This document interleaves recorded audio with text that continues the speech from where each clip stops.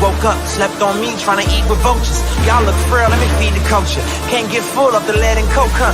Still sober? Y'all OD, follow me. Where the rain follow me. King, yeah, I know the king. Martin Luther King. You ain't really gonna throw, boy, you in a dream. Wake up, y'all don't want it. Down to the white, I better put Marlo on it. And let's soon Chico Malo, homie. And if I'm scared, I guess I don't know it. Cause I'm still going still right where the heat at. And where I ain't supposed to be, that's where I be at. And I spit that, sit back, listen to the truth while the sky crack. And the Lord get back. Or somebody wants some get back. And they click, clack, leave you been back. Looking at this intact. Never left, but I've been back. Cross on my big neck. And I don't rap gospel, I live that. But I'm nothing but a gimmick. You see me in the club, funny, you was in it. Skip a cosign, shout out to the homie Kendrick. And all I hear is crickets when I run into the critics. Oh well, show tells me a lot when they tell me to rock. Keep my eyebrows raised, smell what I'm cooking. And the sales may drop, yeah, the meal may stop. But they ask for the truth, yeah, I'm a dork. They like, how you do that now? Sound kinda nice, boy, who that down? Is everything real good, true and fair? But you probably wouldn't listen if you knew that down. If you knew that down.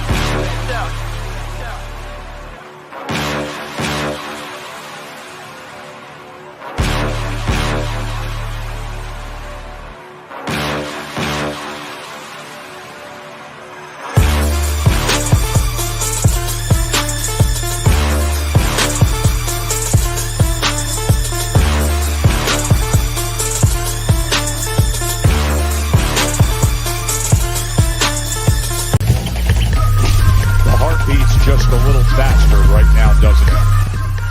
As they stand alone right now. No cornermen. They're just ready to make the ring walk for the biggest fight.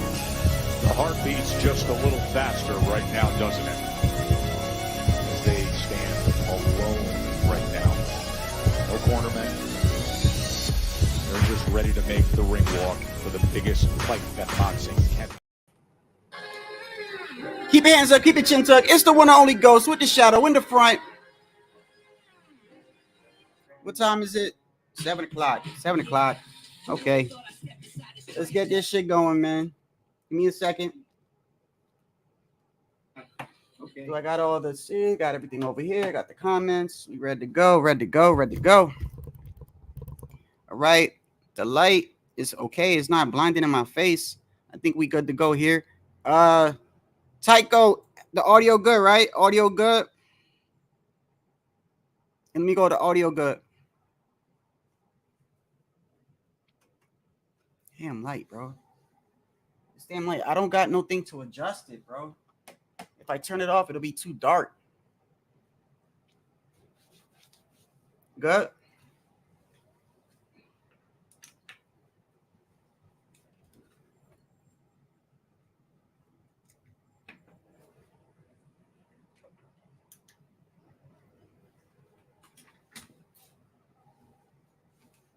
Man, them little kids better get the fuck away from the car. Cars, man. These little kids, little rugrats. All right. What's going on? What you mean, bruh? What happened? What happened, Tycho? The brightness here. I think that's better. You think I would like do all this before I go live, but it never fails. It never fails. I don't know if it's my OCD. I don't know what it is, to be honest with you. I have no idea what it is. I just don't care sometimes. Okay. What's going on, Punchy? Okay, hey, check this out, man.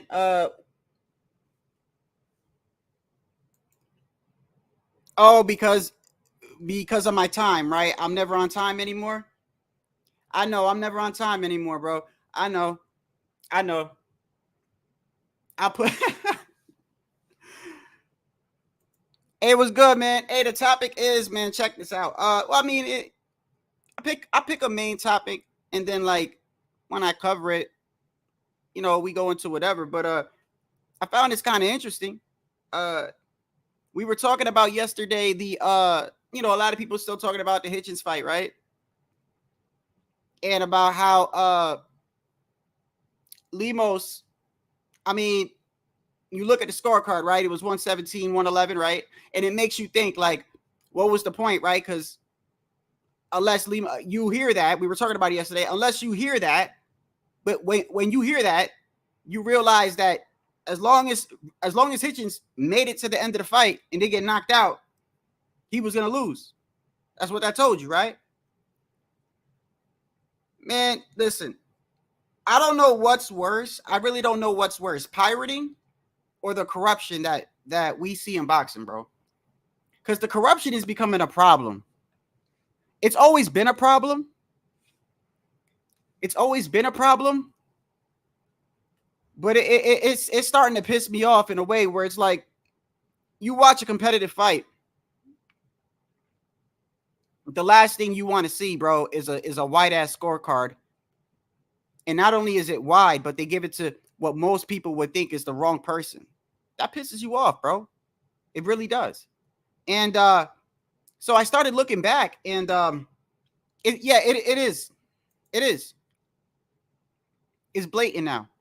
They don't even hide it, Punchy. They don't even hide it. It's right in front of your face. Like that fight alone, right? That fight alone. When you hear 117, 111, it tells you, bro. It tells you that as long as Hitchens didn't get knocked out or stopped, that's what that tells you. It tells you it was going to go to him regardless. You know? I got something I want to show y'all, but I'm going to wait till a couple more people come in because I don't want to repeat myself. But it's crazy when it comes to the blatantness, bro. Like how blatant it is now. I mean, we were talking about Rolly, right?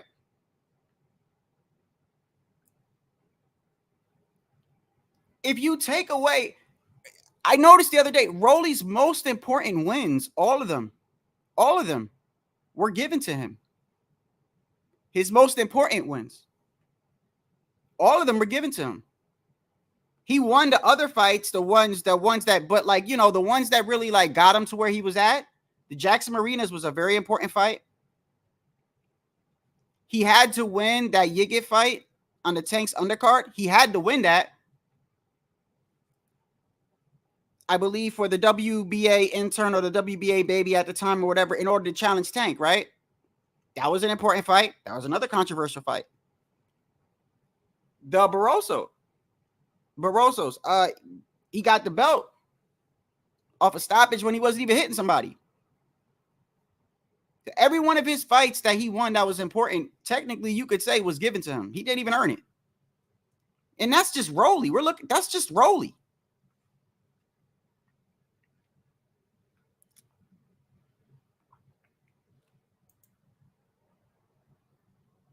I'm not Mexican, brother. Nor am I tripping on anybody. If you had it 117, you had it 117.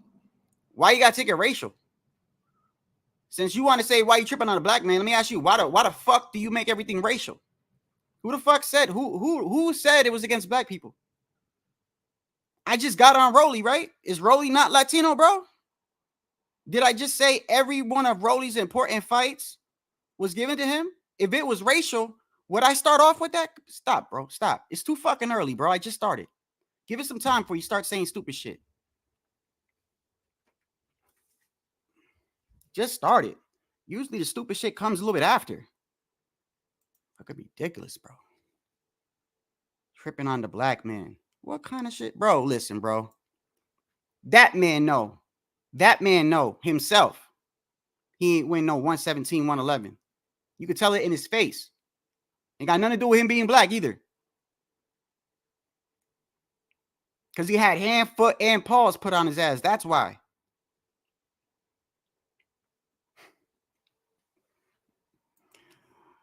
Oh, my goodness, bro. Yeah, Tycho, bro. I'm telling you, bro. They be hitting the... Yo, bro, listen, bro. I'm telling you. These dudes with the victim mentality, bro, they're the ones that blame it on everything, bro. They slip on a banana peel, it's racism. They late for work, it's racism. The light too long, it's racism. I mean, everything. I mean, damn, bro. That's a victim-ass mentality. I know racism exists, but damn. If I wake up with a headache, I ain't going to say, damn, man, it's hard for a Latino out here.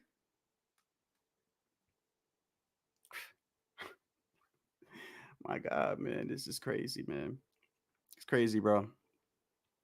Ain't nobody made it about a black guy, bro. Okay. Ain't nobody.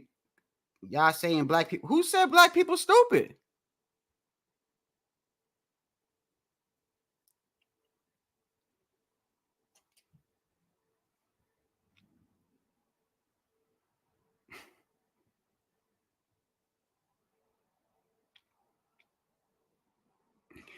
I'm gonna let you go a couple more times, bro, because I don't know if you're serious or not. I don't know. It's the first time I'm seeing you here, so it could be a dummy avatar or whatever.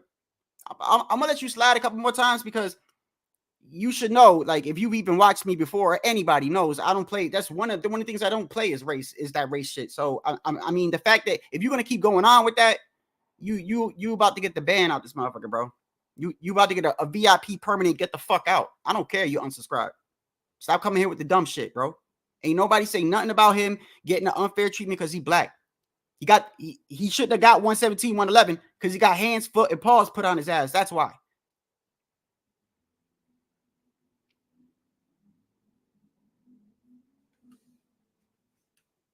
Now, going back to Rolly, because I'm going to bring Rolly up. I'm going to bring a fight up where two Latinos were fighting. I say it again, two Latinos were fighting. Right here, if you look at this, just to show you how the blatant how it's so blatant in front of your face. Check this out right here. Check this out. Let me see. Where is it? Where is it? Where is it? Where is it?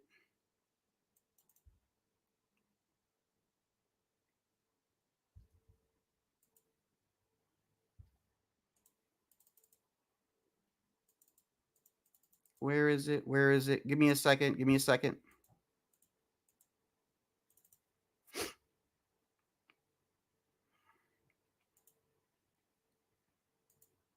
I think it's down here. Is that the one right there? No, that's not it right there. Let me see if I'll pick it up. I already have it. I already have it. I already have it. Check this out. Did y'all see this? Prior to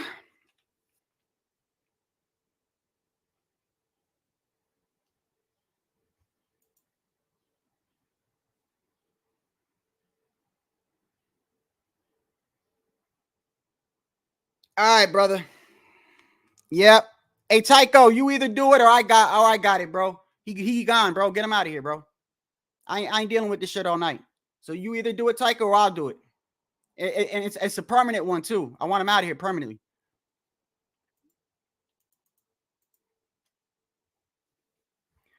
So going back to Rolly and Pitbull, look at this. Check this out right here. Prior to Rolly getting stopped, one judge had Rolly up. One judge actually had Rolly up. So if they were to stop that fight, Pitbull, right? If they were to stop that fight, let's just say it would have stopped on, I don't know, and they would have went to the scorecards. One judge, Chris Flores, had Rolly winning that fight 66-65.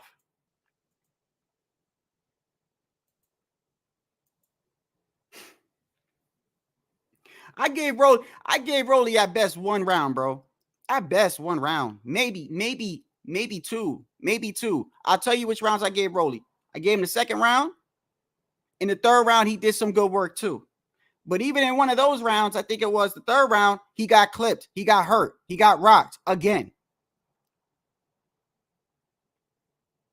But if I gave him any rounds, it'd have been the second and the third round. How do you have Rolly up 66-65 after most would say a 10-8 first round?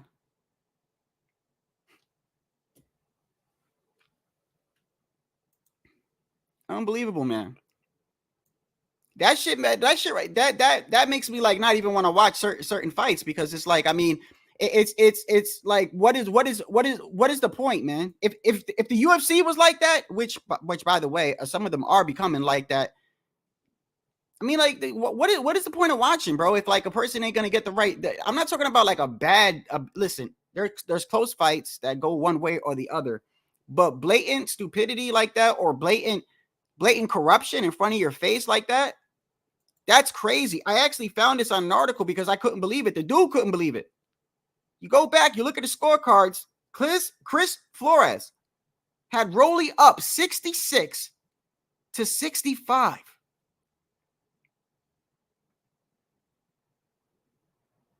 So he gives Pitbull a 10-8 first round. But he gave Rolly the second, the third, the fourth, and the sixth. What fight was he watching? It's corruption, bro.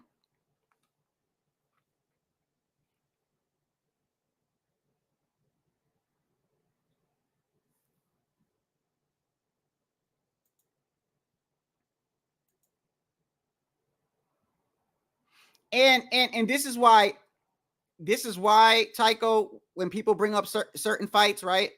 And this is why I say, like, you can't bring up the scorecards all the time. Like, you can't bring them up all the time because they're not reliable now. It's sort of like, to me, it's no different than a lie detector test. You know, when the cops give you a lie detector test and you fail it, it's not reliable.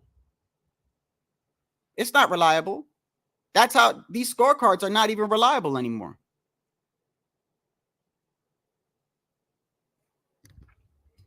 And what's crazy is, right, there's a lot of people who won't rewatch a fight. A lot of people won't rewatch a fight like us. They'll just watch it one time. Or if they might miss it or something like that. And then they go back and they look at the highlights and then they see, oh, one judge had it 117, 111. So you automatically think, damn, Hitchens done pitched a damn near perfect fight. All you got to do is watch 3 rounds in a row. Any 3 rounds in a row, matter of fact. Go back to that fight, the Hitchens and Lemos. You can shuffle it up.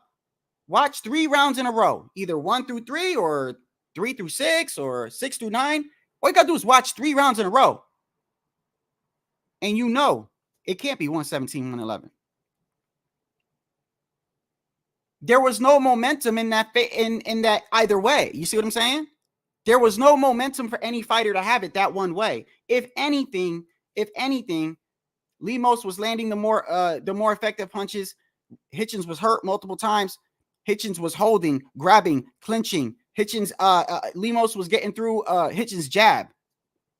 If anything, I'm not saying it wasn't even a close fight either, by the way. I'm not saying Lemos blew him out the water. It shouldn't have been 117, 111 for Lemos either. That's what I'm saying. That's the whole point. You watch any 3 rounds of that fight, there's no way you come up with one. Who? For who? For who? And if you were to come up with 117, 111, who would you lean it for? Who would you lean it for? Hitchens or Lemos?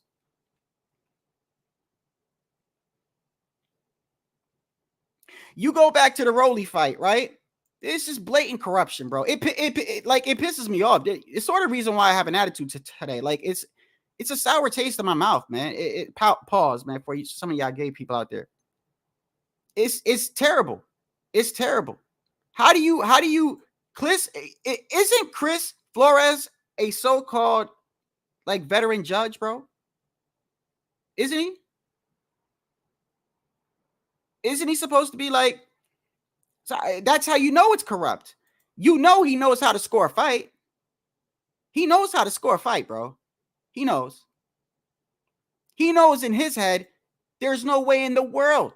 Right before Rolly got stopped, Rolly was winning that fight. 66-65. He had Rolly winning the fight prior to him getting knocked out. No fucking way. No way. No way, bro. And I was going for Rolly. I gave Rolly round 2 and round 3. And even round 3 is kind of iffy because he got rocked in round 3 again.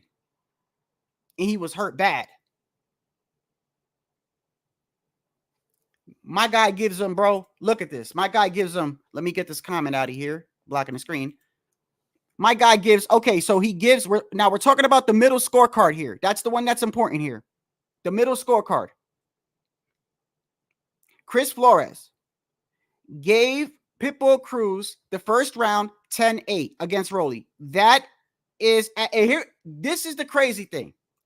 Look at, okay. This is what's so crazy, bro. Like, people got to really look at this to kind of understand a person's mindset, bro. If you look at Max DeLuca And the judge all the way on the far right, Patricia Jarman, I think I'm saying her name correctly. Both of them had the first round a 10-9 round. That was the round where Rolly got seriously hurt. You saw me going crazy on the live, having a damn panic attack, right? That's a 10-9 round. However, Chris Flores gave it to Pitbull a 10-8 round, which I don't got a problem with. Yeah, there was actually, I don't even think Rolly was knocked down. Rolly never got knocked down. He just was hurt. Bad. Wobbly, can't stand up, can't even hold his hands up.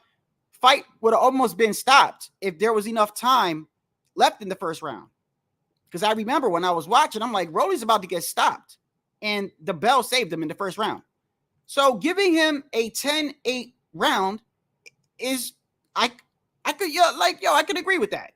Pitbull 10, Rolly 8, first round. Other two judges was a 10-9. Doesn't matter, right? What I'm basically trying to say is I agree with 10-8. So how in the world does this same judge then goes on to give Rolly the second round, the third round, the fourth round, and the sixth round? Therefore, if Rolly would have never got stopped, he had Rolly winning 66-65.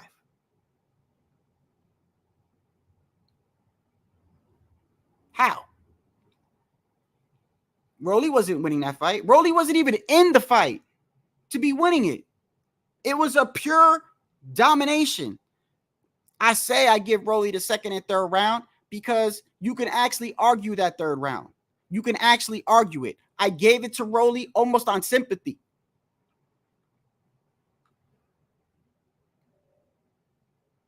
Almost on pity.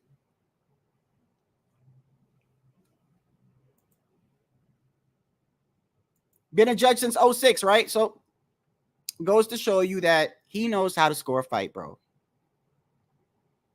He knows how to score a fight. There's no way he suddenly got confused.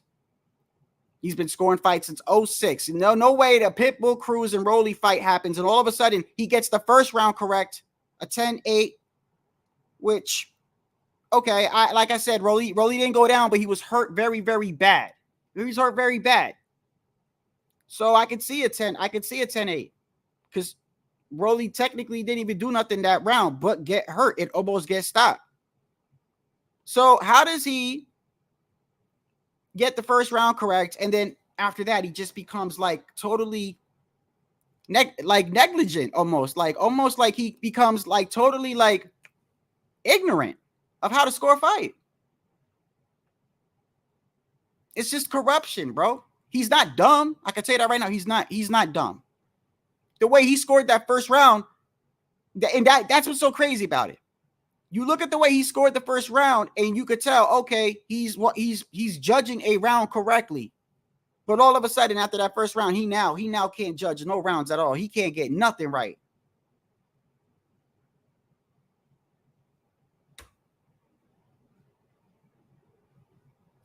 Going back to the Lemos and Hitchens fight, 117-111. How? It's not possible for either fighter, not let alone one, let alone Hitchens, bro. So, and it's with certain fighters too. It's gonna follow certain. That's why I feel like when a certain fighter gets a gift, I follow it. Like I know Hitchens will get another one now. If Hitchens gets another close fight, they're gonna give it to him again. And the only thing that I could see why they would do something like that is because they have a set parameter or a set vision of who they want to have a belt. Remember, we were talking about I was talking about Erickson Lubin. How it is clear as day, they do not want that man to be champion. They don't want that man to be champion. I don't know why. Maybe it's because he can't sell. I don't know.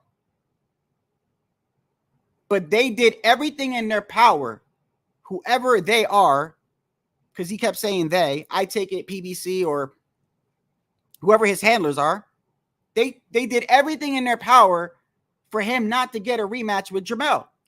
After promising they would give him a rematch with Jermell. He gets knocked out, right? Okay, he got knocked out. A lot of people gave him credit for even fighting Jermell at that time. In fact, I remember when that fight happened, a lot of people were going for Lubin. You know, that was around the time where he was getting really known, and with the jackhammer, sledgehammer for his hands or whatever. Eric's a hammer, Lubin, I think it's sledge or jack or whatever it is he calls it, right?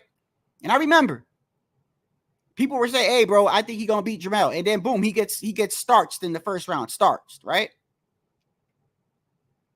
They go back to him and they tell him, "Hey, we can get you back in title contention. No worry, my boy. Don't worry. You just got to fight Nathaniel Gallimore." Let me grab my drink. You just got to fight Nathaniel Gallimore. Beats Nathaniel Gallimore quite convincingly, right?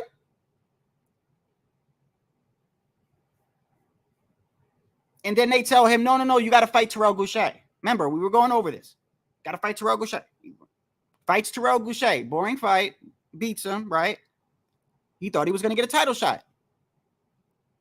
They said, no, wait a second. You got to fight Jason Rosario. He's like, what is going on, bro?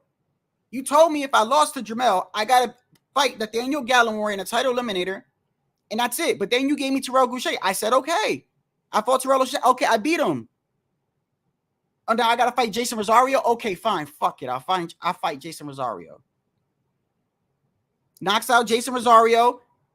Fundora. They throw Fundora at him. They did everything in their power to stop that man from becoming champion. And that's why I say, when they have a vision of who they don't want to see be champion, that's what they do. Because there's no way Rolly Romero gets a gift on Jackson Marinas, gets a gift on Yigit, did not get disqualified, gets a stoppage against Barroso when he wasn't even hitting the man, gets the 140 belt, and then you got a judge right here that if they would have, if prior to Rolly getting knocked out, he's got Rolly up 66-65. Get the fuck out of here, bro. Crazy, bro. Just crazy. Just blatant. Right in your face. This is blatant right in front of your face, bro. You forgot how to score a fight now? There's no way Rolly could have been up 66. There's no way. I was going for Rolly, bro. I was going for Rolly. I gave Rolly round 2 and round 3. How this guy give him round 2, round 3, round 4, round 6? What was he like? What fight was he watching, bro? That's corruption. That's corruption. Rolly got the Jackson Marinas gift, right? Everyone knew that was a gift, bro. Everyone knew that was a gift. I remember everybody was talking about it. Everybody was like, bro, that man got a gift, bro. That man got a gift. There's no way he beat Jackson Marinas. Fine. A lot of us coughed it up too. That every once in a while they get it wrong. You know what I mean? That's what a lot. I ain't gonna lie, bro. I ain't gonna lie. I was one of them. You know, because I choose, like, I'm the type of person. I'll admit I'm ignorant at times, bro. I'm ignorant at times. I'm the type of person where, like, I don't want to acknowledge something that I know is happening because I like, you know, like, I got better faith. You know what I mean? Like, if somebody says, hey, man, you know, your son's doing drugs and, you know, and hanging out with the wrong people, you're like, not my son. You know, you give him better faith. You know what I mean? And you start realizing he's hanging out with dudes he ain't supposed to be hanging out with. His eyes is red and everything, right? But you're sort of like in denial because you're like, that's my kid, you know? That's how I'm looking at boxing sometimes. I'm like, okay, well, maybe Jackson Marinas and Rolly, they just got it wrong, bro. They just got it wrong. It's every once in a while, right? It happens, right?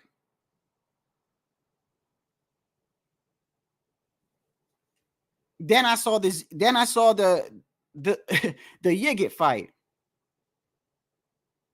where Rolly is constantly hitting behind the head, constantly holding, constantly going below the belt. Even after getting a point taken off, he judo slammed him, bro. Any ref would have been like, bro, you're done. That's it. Disqualified. No, let the fight go. Rolly knocked him out. Then we saw what happened with Barroso. So he wasn't even hitting the man. He wasn't even hitting the man. They stopped the fight. And now this guy had Rolly up 66-65. Gave him round 2, gave him round 3, gave him round 4, and gave him round 6. Once again, yeah, it's like the Twilight Zone. He gave Rolly round 2, round 3, round 4, and round 6. Therefore, if the fight would have stopped right then and there, he had Rolly winning the fight.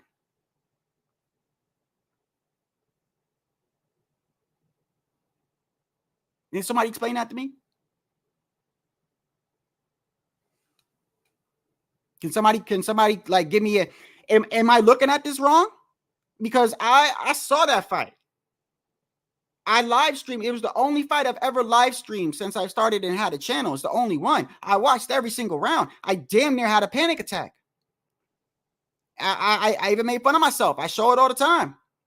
If you even look at my condensed version of that highlight, which is every round, which is, I'm gonna prove it to you. I'm gonna prove it to you. Not saying that the way I score a fight is the final all say. No, that's not what I'm saying. What I'm saying is, I can't find one person.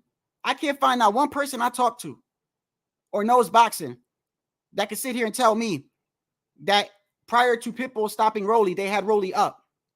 I can't find that one. Not one. I go back to my live stream where I'm going for Rolly. Raider is in the chat trying to get me to bet him $20. And I'm like, nah, I ain't stupid, bro. I ain't stupid. Rolly almost got knocked out by no man. I do a condensed version of that highlight. And in not one time in that highlight, with it's a minute long. Not one time in that highlight do I ever say Rolly's winning. Not one. Not one. And it's a condensed version, round by round by round. It's about a minute long. Now, I'm not saying that I am the final say in how to score a fight. Something's not right.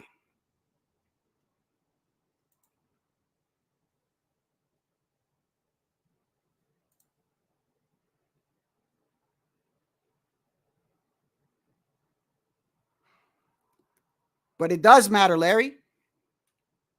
But it does matter, Larry. It does matter because it shows you that there's clear corruption. And we just had a scorecard this past weekend with a 117-111 where neither fighter should have got 117-111. I'm not even saying Limo should get it. Neither fighter should have had 117-111. Neither. And it does matter, Larry, because there's a pattern with Rolly. There's a pattern with Rolly. He should have never been where he was at, Larry. That's my point. He should have never won the Jackson Marinas fight. He should have been disqualified when he fought Yigit.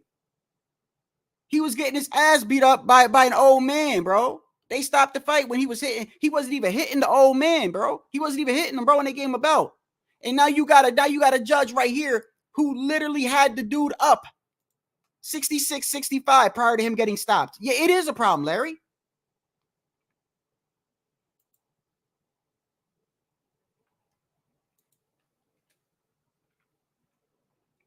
This shit is so blatant.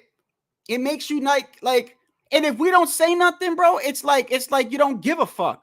Cause it's like, I mean, especially I don't bet money. I don't bet money on fights. I really don't.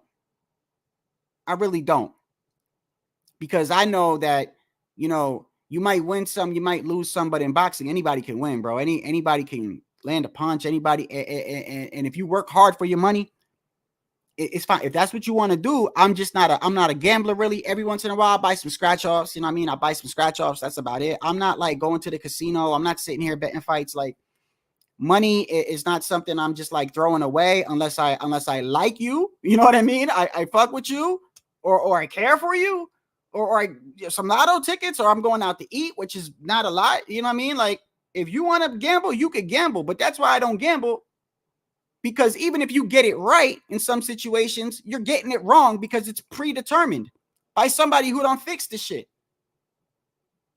117, 111, neither fighter should have had it 117, 111. Neither. Lemos nor Hitchens, bro. if you were scoring it correctly. I can't find not one person who's watched that Rolly and Cruz fight. Not one. And I was going for him. Not one. Have I found one person that said, yeah, Shadow, I had him up 66-65 right before the stoppage.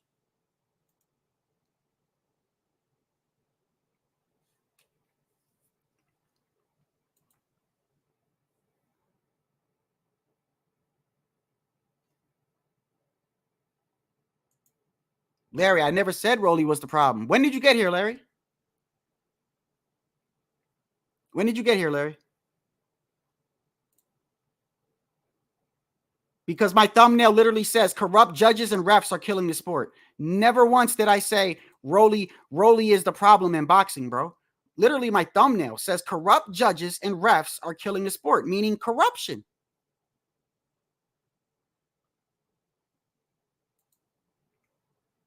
Rolly is just an example. Rolly is just a tool. Rolly's just an example of a person that they envisioned with his promoting and or whatever. I just told you for a third time how they fucking screwed over Erickson Lubin, who should have had a title shot immediately after getting knocked out by Jermell Charlo. They told him to fight Nathaniel Gallimore. He fought Nathaniel Gallimore. He was supposed to get a title shot again or a rematch. Then they tell him no, Terrell Goucher. He's like, okay, fine, another one, fine. Then Jason Rosario, then Fundora. They did everything in their power so that man won't be champion. That's the problem, Mary. Shit like that. Not Rolly. I never said it was Rolly. I used Rolly as an example because Rolly is a big example that is blatantly put right in your face. Rolly is a huge Rolly is like Rolly is an example that's it's so blatant in front of your face. I think almost every hardcore can tell you that Rolly lost Jackson Marinas. Rolly should have been disqualified against Yigit. Rolly got a 140 belt off one of the worst stoppages I've ever seen in boxing. The man wasn't even getting hit. And now you have a judge that was actually having him winning prior to him getting knocked out against Pitbull. It's just corruption and corruption. I mean, like, that's one of the reasons why I'll never bet. I'll never bet. I'll never bet. You could be right. You could be exact every once in a while.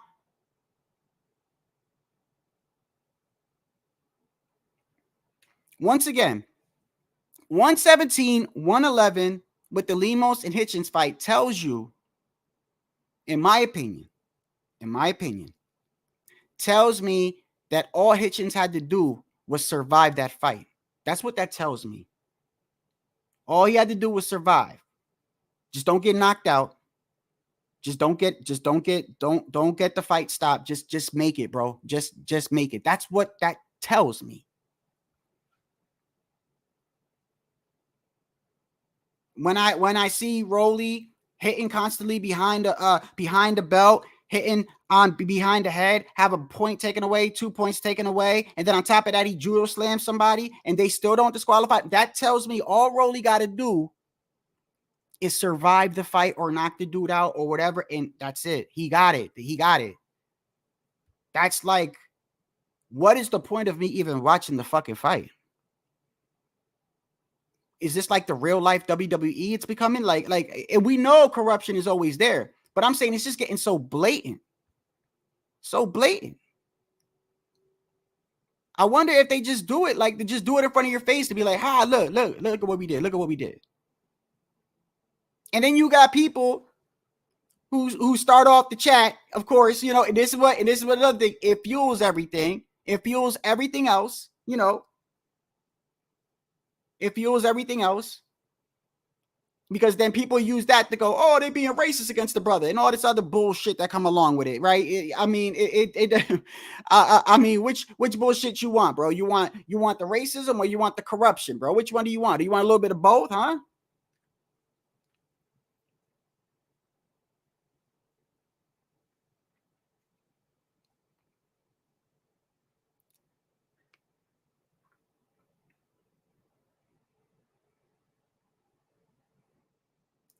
Yes, Guido, I've said that. I just said that. Guys, listen, guys, seriously, I know I'm not in a good mood today. But can some of y'all please please don't take this the wrong way. Can some of y'all use your brain a little bit? Look at my thumbnail. What does my thumbnail say? What does my thumbnail say? Okay. It doesn't say Rolly Romero's the problem. I'm using him as an example. That's it. That's it. Why am I using him as an example? Because it's so clear with him.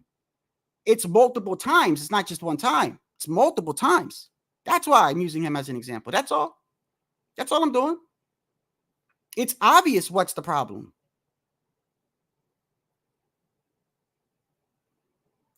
And then you wonder why with the politics and everything, right? How something now let's take a look at this now. This now makes you think, or makes me think, that everything that happened with Tim Tszyu, right, leading up to the fight, makes me think that a lot of the stuff, you know, and everybody was telling me, hey, Shadow, man, a lot of that shit was orchestrated. And I'm like, really? Like, I'm like, you know, now that I'm looking back and I'm like, yo, it really does sound like that. It really does sound like that, bro. It's almost like they knew we could suck Tim Tszyu in, pause. We could get him or pressure him in to a fight on pay-per-view with Keith Thurman, a non-title bout, since he's not even ranked in the WBO. He never fought at 154, right? Let's get him, right? To accept, not saying that Tim Tszyu would duck anybody, because obviously the man won't duck anybody. But just listen, like, get him thinking he's going to get that fight. Belt ain't even on the line, right? Let Keith come in. Let Keith do a little promoting or whatever, right? And then when there's 12 days left, Keith get an injury. Slide in Fundora. Now the belt on the line. Or 2 belts on the line. Got no time to prepare for him. Right? I mean, at first when you hear it, you're like, nah, just shit happens. Like, Keith got injured, you know? But, I mean, when I see things like this happening now, I'm like, you know, it wouldn't put it past me, bro. It wouldn't put it past me.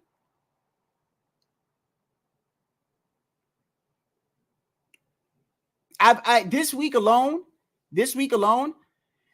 I've seen at least 8 content creators, and they're all correct, by the way. They're all correct. 8 different content creators, different shapes and sizes with different types of opinions, all say the same thing. How the fuck did Rolly Romero get to where he's at, bro? No way. Every important fight that he had was given to him. Everyone.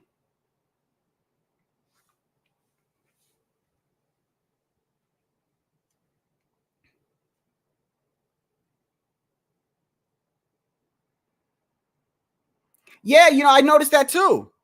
He even, you know what, it's so crazy? Even when they were interviewing him, he kind of like alluded to that. Like, y'all see the one where somebody said to him, like, are you overlooking Thurman? He's like, nah, I ain't overlooking him, but PBC done gave me an early Christmas present. You remember when he said that? Like, they done gave me early. Man, he ain't never fought at 154, man. He's been out, man. I've been active. I'm a 154 champion. I'm fighting the top dogs, bro. I don't got no injuries. I'm young. I'm fresh. I'm in my prime. He in his prime, sort of like, you know what I mean? He's inactive. He ain't even fought at 154. Like, they done gave me a present, bro.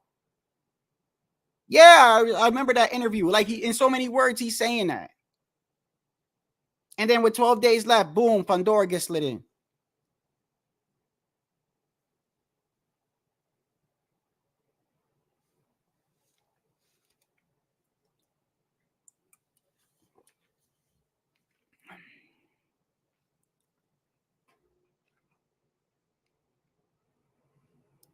You good, Larry. We on the same page, Larry. And Guido, we on the same page. I just don't. I just want to make it clear that I understand. I know what's the problem. It's not the fighters.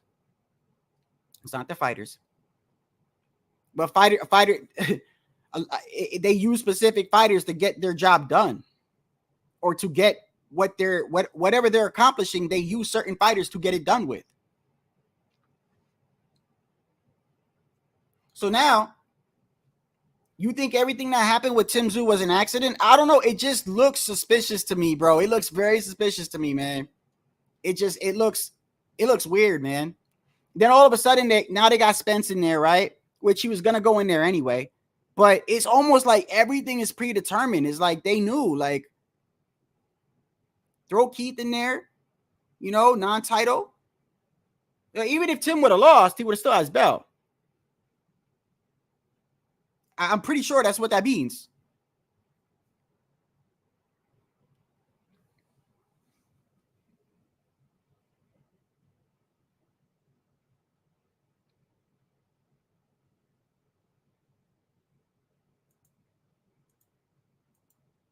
Yeah. Yeah, they are. They are. They absolutely did. They absolutely did. That was the first fight I've ever streamed since having a channel. They absolutely did. I've always said Rolly is a good, he could promote himself, which is probably one of the reasons why. Okay, I mean, think about it, right? If Rolly's characteristics was stamped on Erickson Lubin, right? Lubin would have got that title shot right away. That's the point I'm saying. He would have got that title shot maybe right away. He probably just would have had to defeat Nathaniel Gallimore, and he would have been right back in title contention. He probably would have had a rematch with Jermell. But because Lubin just has just a normal personality, you know, he's just there to do business, bro. He's just there to do business. He goes in there, he handles his business, and he gets out the ring, collects his check.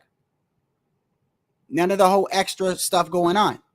Well, we know that's not what they want. They want ass and seats. They want money, right? Even if it comes at the cost of the fighter not even being that good or that technical or having that experience like Rolly per se, that's okay. That's okay. We could work with him. He's got that mouthpiece. He could promote whatever. He's got a little bit of power. We could work with that. We can manifest him into a champion. We can make some money off this, bro. That's exactly what the fuck is going on. Because it ain't off skill.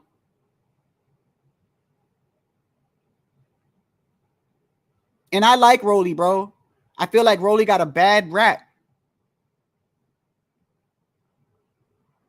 I feel like for a person that has the inexperience of him in starting late and transitioning from judo, the man is what is he? A two-time champion. Mind you, he's had some help. He's a two-time champion, but he's successful. People know who he is.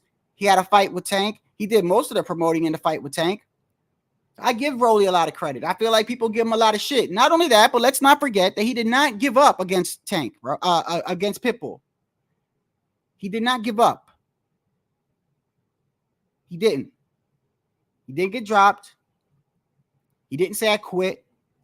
He didn't say I don't want to continue. He kept fighting. He did. I give Rolly all the credit in the world. It doesn't take away from the fact that his whole career, damn near every single important fight that he had, he did not earn it. And then someone like Erickson Lubin, who's over here trying to prove himself, trying to get back in title contention, they're just throwing fighter after fighter after fighter after fighter after fighter until he loses.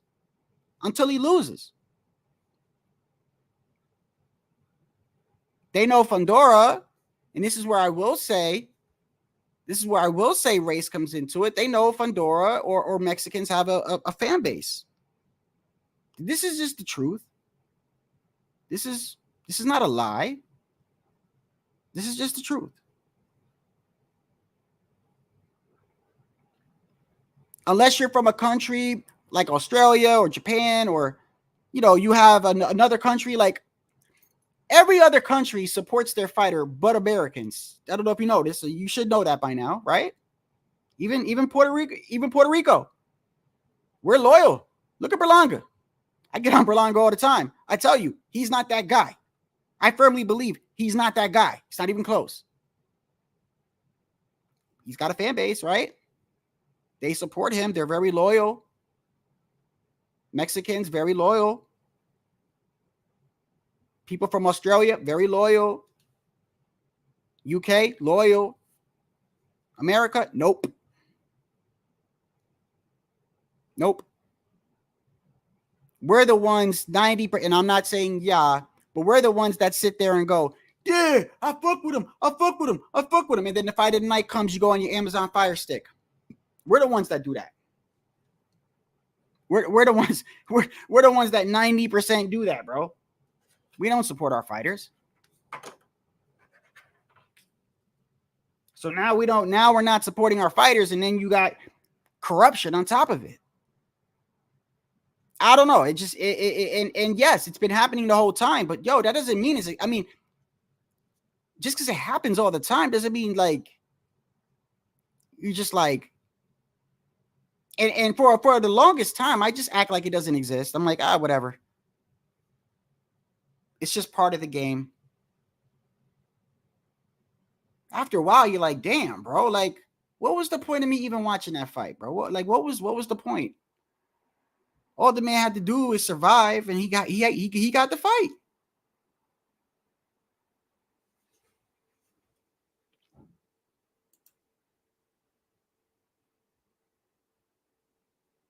Iceman, that shit was so hilarious, bro. Yeah. Iceman was, he was.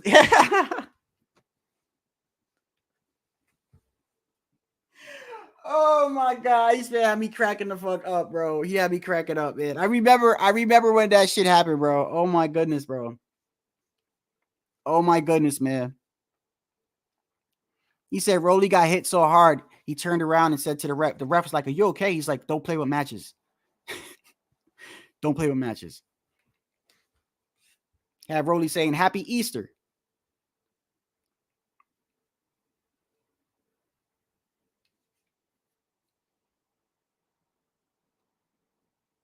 That too. Yeah.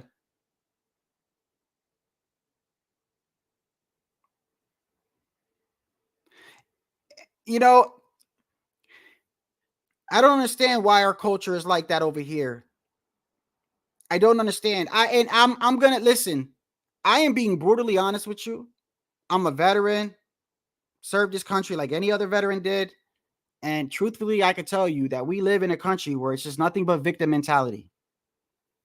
Nothing but victim mentality. Everybody wants everything handed to them. Nobody wants to work for shit. People think they're entitled to things.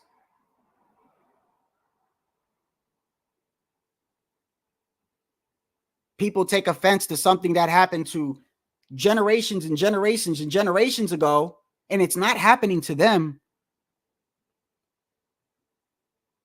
Yet they're upset. We're the only ones that do that shit, bro.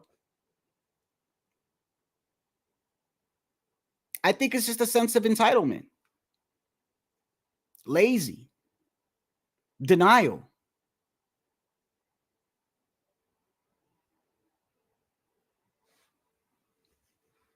I'm not saying racism isn't real. I'm not saying that. But I get so pissed off easily because most of the people that complain about it, I'm not saying everybody, bro. There are people that are generally going through it, bro. I went through it when I got called a spick numerous times in the military. It's fucking normal at that point. Yeah, it happens to people, but most of the people, bro, most of the people that complain about it, they use it for everything, though. Everything. They're late for work. Slipping a banana peel, whatever the fuck it is. They blame it on that. People will sit here and cap for a fighter and say he's this, he's that, he's this, he's that. And then when the pay-per-view come, they grab their fire stick and steal it.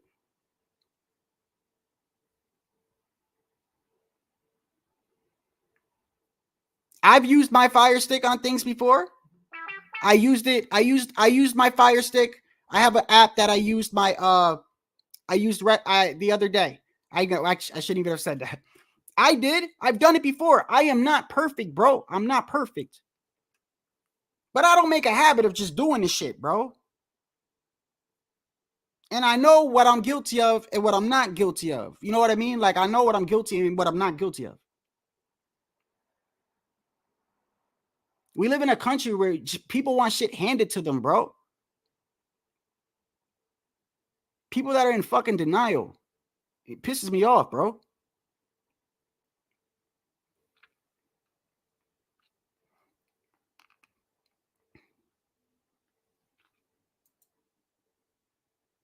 So this is an obvious question, but I got to ask it. I got to ask it, right? I got to ask it. Any one of you that's been watching boxing all these years, any one of you, I've seen this fight, bro, Rolly and Pitbull, I've seen it, I don't know, maybe 5 times already. I literally was just watching it the other day. I had a friend coming over and I was watching it. 5 times, bro. 5 times. At what point did you see Rolly winning 65? 66. Wait. 65. 66. Prior to him getting stopped. Did any of y'all have it like that?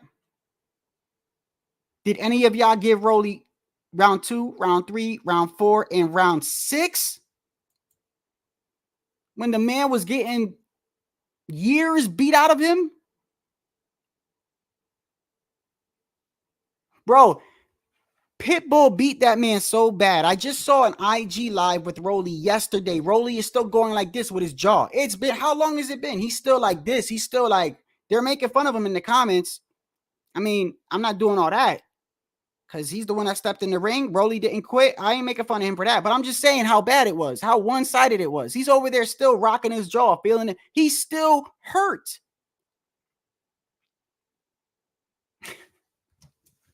It's almost laughable, man. It's really, it's kind of like you laugh at some crazy stuff. After a while, you just laugh, bro. You just like, are you serious? Like, is this what you're telling me? Like, I mean, lie to me better, man. Lie to me better. Don't come up to me with your dog. You know, my dog ate the homework type shit. Like, try at least. I mean,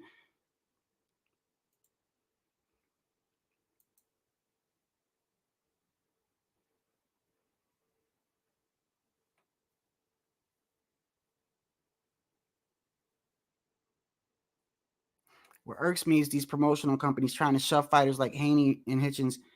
Yes. The blatant corruption is yes. Yes, exactly. And that is my point. That is my point.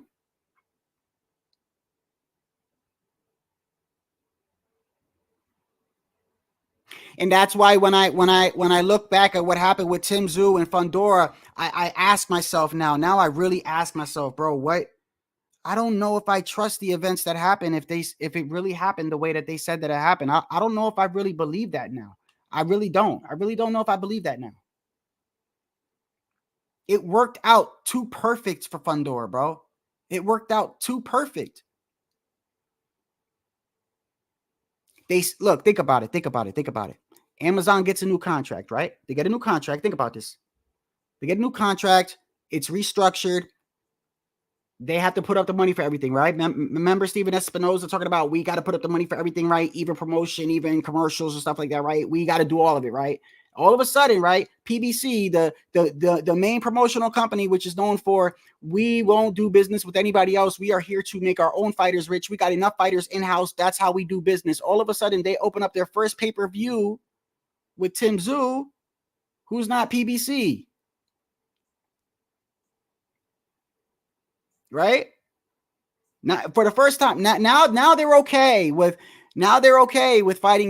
getting fighters from other promotions. Right now, they're in the first pay-per-view to open up Amazon, by the way, and then look, followed by Canelo and Munguia, who Munguia is also not a PBC fighter. Now all of a sudden they're okay with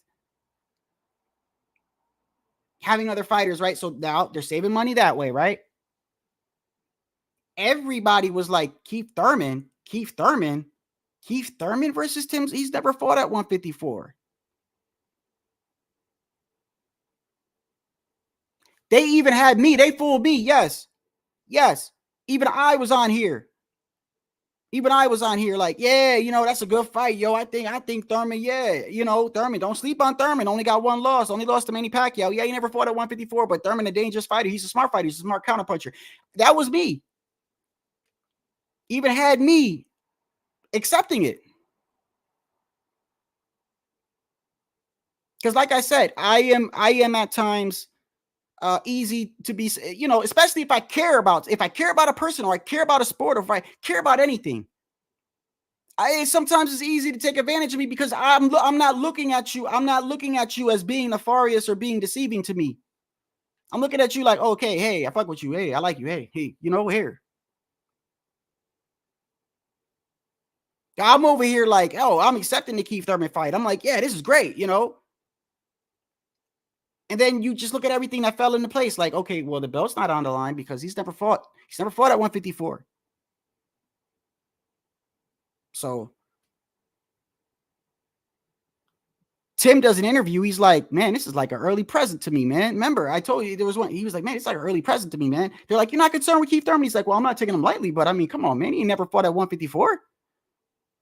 He's inactive. I'm 154. I'm champion. I'm fighting top competition. I'm fighting actively. I ain't like, in so many words, I ain't worried about that, man. Right? Then 12 days before the fight, Keith Thurman pulls out. Boom. Now you got a 6'6" Mexican in front of you. They don't pull. I don't know, man. It doesn't seem right. Now the belt's on the line.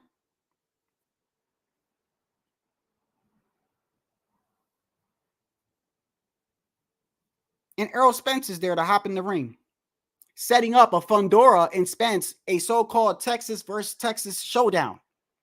None of that looks suspicious to you? None of that?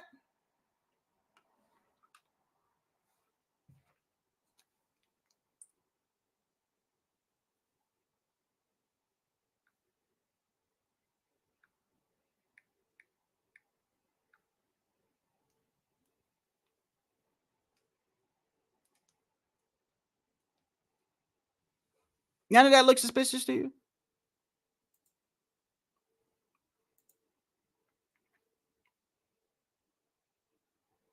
And that's what's becoming sad, bro. And I hate to say this. Because I am not one. Like when everything was going on with PBC with the whole money issues, you had so many people just in this channel alone. Mind you, I'm not a big channel. I'm not a huge channel. I'm a hardcore, and the people that come here, I think are hardcores, and it's just another boxing channel. But even people were coming here like, PBC, get marched down to the ground. Fuck PBC. Yeah, fuck P. Like they were like all like, pitchforks and shit. And I'm over here defending them like, nah, chill, bro. Like, why you want to see the downfall of a company? I mean, when stuff like this happens and you see all the corruption, I don't. Now, it's no excuse. It's no excuse to just be stealing shit left and right. Okay? I'm not okaying just stealing shit. It's not what I'm saying. What I'm saying is, I can understand the frustration of a lot of people, bro. That's all.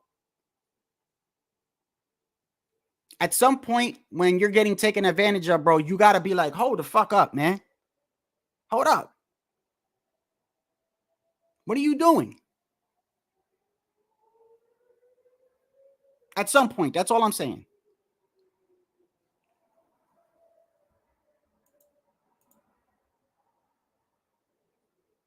You're right. I shouldn't. You're absolutely right. You're absolutely right.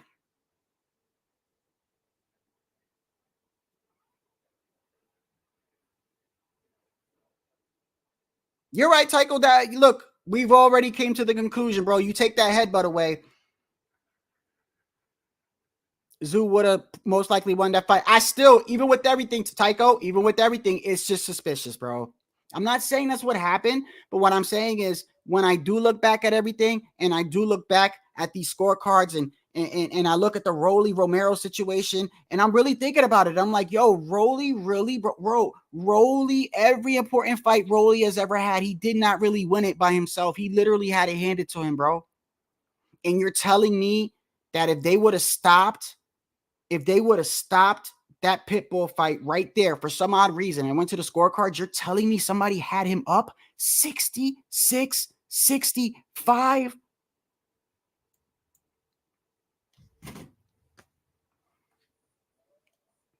And I'm going for Rolly, bro. I'm giving him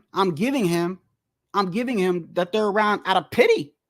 I damn near gave Rolly the third round out of pity, bro. People done beat like 8 years off this man's life, bro. And I've always felt Rolly had a bad rap. When he was going to fight Tank the first time, and the girl came with the allegations, and they were false allegations. And you should have known they were false, because when you look at the girl that made the allegations, you know damn well he didn't do it. She's fantasizing that he did that shit. But anyway, I felt bad for Rolly, and I've always felt bad for Rolly because people will say, hey, he's a novice. Did I ever tell you the time where Chris Colbert, mind you, Chris Colbert was undefeated at the time. Chris Colbert, Shakur Stevenson, and Richardson Hitchens. They're all on a live. I think it's like IG Live. Okay? Shakur Stevenson, Richardson Hitchens, and Chris Colbert, right? Hitchens is with Shakur. I think they're like in the same room, right? Split screen. Chris Colbert, he's in Brooklyn. You can tell he's outside and shit, right? They're talking shit. Chris Colbert's like, hey, yo, I'm going to beat your ass, Shakur. And Shakur's like, man, you ain't never beat my ass. And, they're over here promoting their fight in the future, right? Chris and Shakur's talking shit. They're like, yeah, man, I'll beat your ass. They on IG, right? And you know how, like, sometimes how I drop the link and how people can just show up, right? Well, they're talking shit and Rolly shows up. Rolly clicks the link or whatever, right? Mind you, Rolly's not there to talk shit. Rolly's just there to be like, hey, guys, how y'all doing? Like, hi, guys. Like, y'all talking? Like, what you up to, right? And as soon as he hops on the live, they're like, man, get this fucking novice out of here, bro. You trash. You got no skills. You got no jab. You got no footwork. You got nothing. And they're just laughing at him. And you could tell in Rolly's face, he's like, yo, what the fuck? I just came here to say what's up, bro. Like, almost like I felt bad for Rolly at times, bro. I did.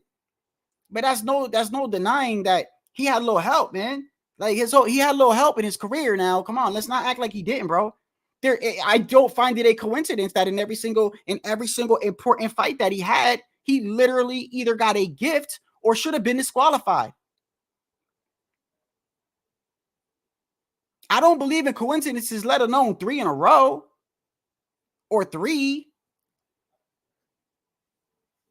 I mean, and then you look at the scorecard, somebody had him up winning, right? That goes to, I mean, that almost makes me think that if Rolly would have just survived, who knows what would have happened in that scorecard? Who knows, bro? And this is not to get on Hitchens, because when I started this live, somebody, I don't know, I think it was a troll. I started live. Somebody's like, hey man, why you going at the black brother? What are you talking about, bro? What are you talking about?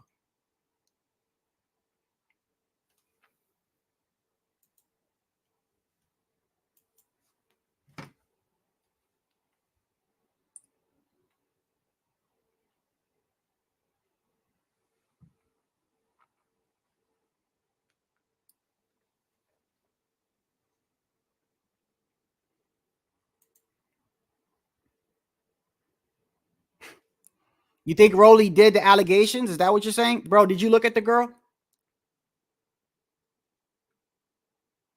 I don't think so.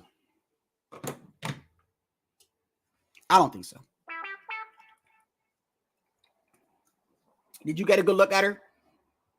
I'm not saying that it couldn't have happened, but damn it. I mean, I'm not saying I look at Rolly and I'm like, oh, that's a handsome guy. I'm just saying. He's a fighter. Okay. I don't think. You know what, though? You might be right, because Rolly's not the smartest dude on deck, You're right. It's possible. But does that even matter, Sergeant? Does that even matter? I mean, I'm not saying if he did it, he's a piece of shit.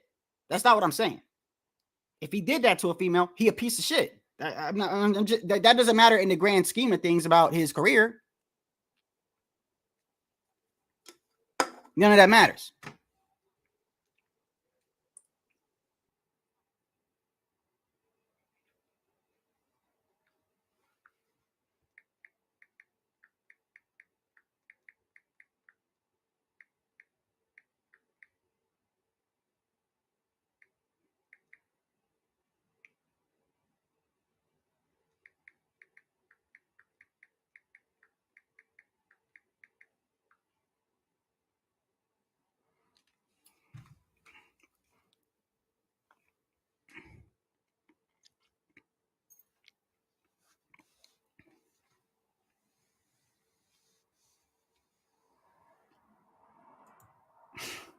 Yo, Sergeant, you just don't like Rolly, bro.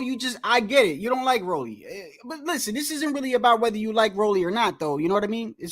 I mean, they see a guy that they could promote. They see a guy that they know could sell a fight, and they basically are like, okay, well, he's not the best technical, but we could work around that. And that's just a problem, bro. That's just a problem. And we know this has been happening, and we know this is nothing new. Corruption is nothing new. My whole thing is like, I don't think we should just be like okay with it, though. I'm not saying y'all is okay with it. This shit should be called out, bro. Okay, it should be called out. If every day somebody walked past this bum and kicked him in the head, and you go, oh, everybody did it. They've been doing it for years. It doesn't mean it's okay.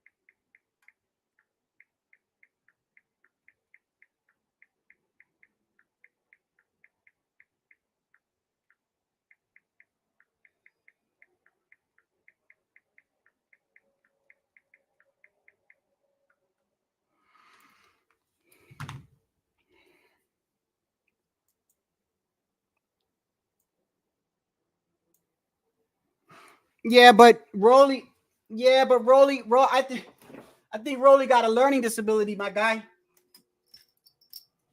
That's all I think that is. I think Rolly just got a learning disability, my guy. I don't yo, some of y'all, I'm telling you, some of y'all, I hope y'all ain't on no jury, bro. I hope Sergeant and all y'all ain't on no fucking jury to convict somebody, bro. Y'all, Sergeant would be in the back like, I don't need to see it. I don't look at all this evidence, bro. The dude is not guilty. Nah, I don't like the way he's looking. Nah, fuck it. Did you see what he did an hour ago? He smiled. He smiled. That's all I need to know.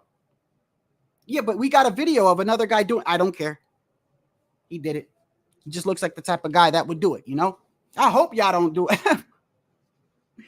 Oh my Lord. Some of y'all is just y'all just too damn mean, bro.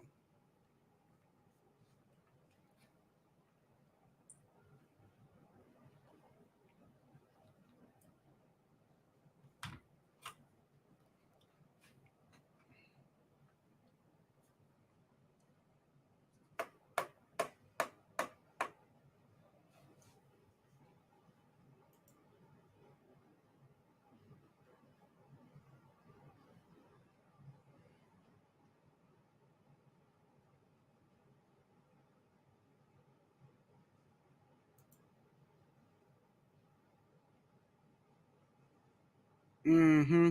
No jury duty for Sergeant. Hell no. Yeah, and I don't mean to Punchy. I don't mean to say that like, you know what I mean, because you know, just because you're mentally challenged doesn't mean you're dumb either.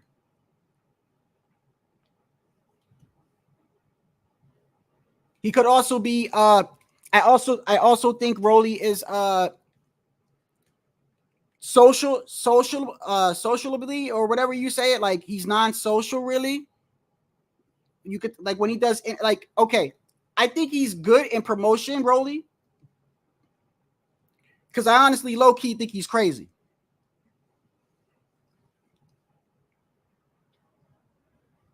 I low-key think he's crazy. Let me go grab a drink.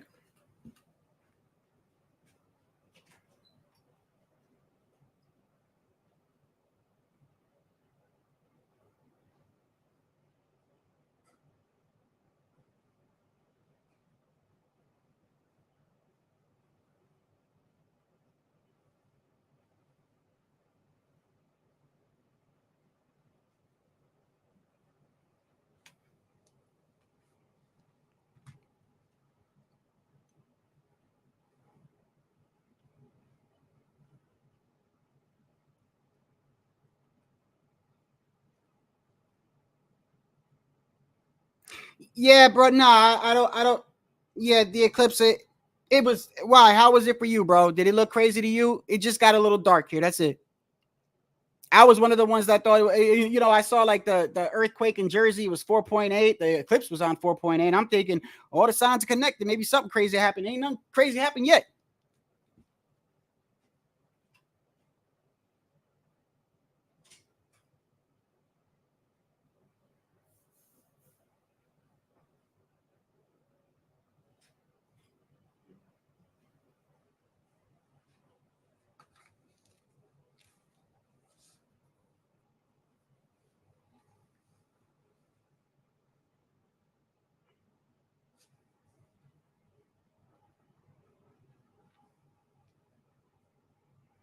So, real quick,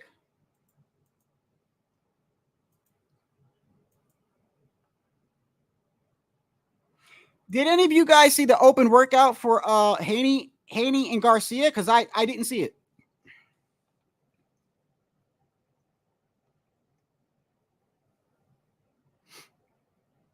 Did any? I can't show it, bro. I can't show it because anytime I show anything with the zone, it's just I get struck. My whole chin, yeah, I'm pretty sure he does, Tycho. Yeah, I'm pretty sure he does. Yeah.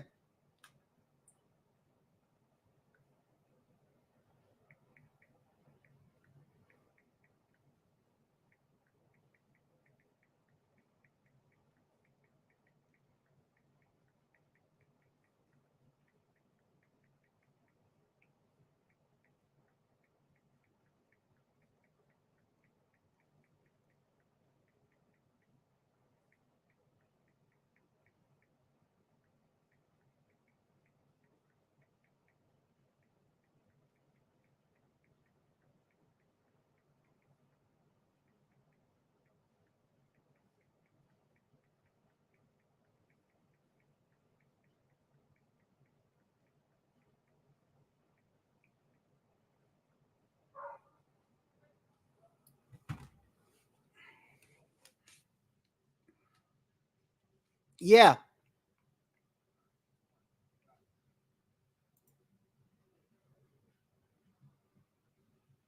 What you mean, Tycho?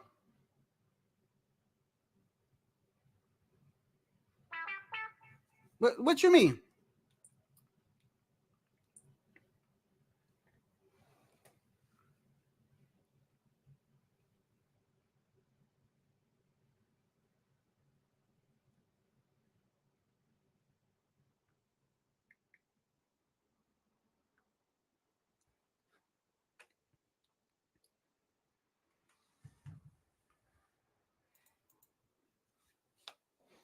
Oh, open workout?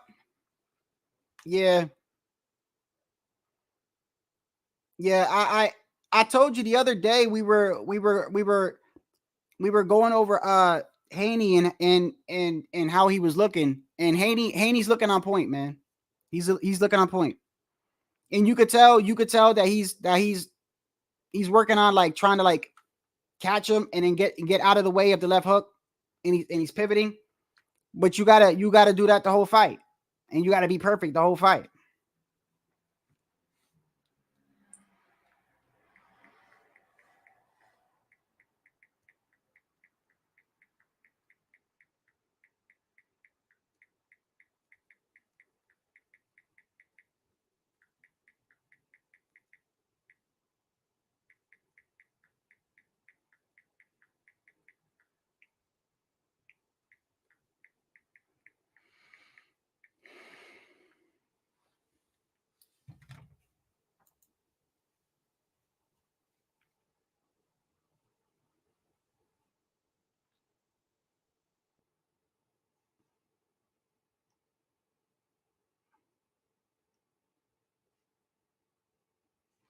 Let me see here.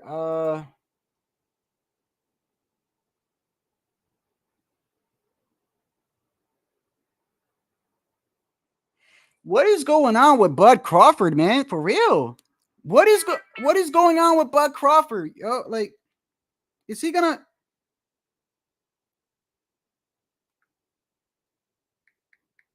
Is he gonna fight, bro? What's going on with Bud?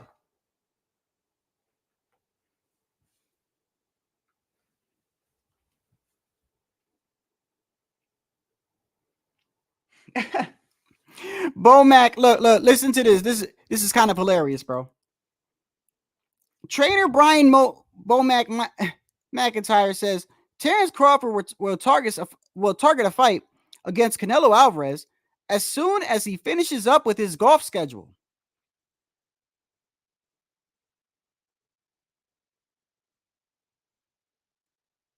How is that even possible when Canelo's going to be fighting?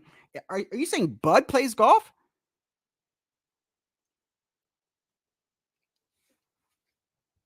Yeah, y'all see this? Hold on. Let me share the screen. This doesn't even make any damn sense. This doesn't even make any damn sense. Hold on.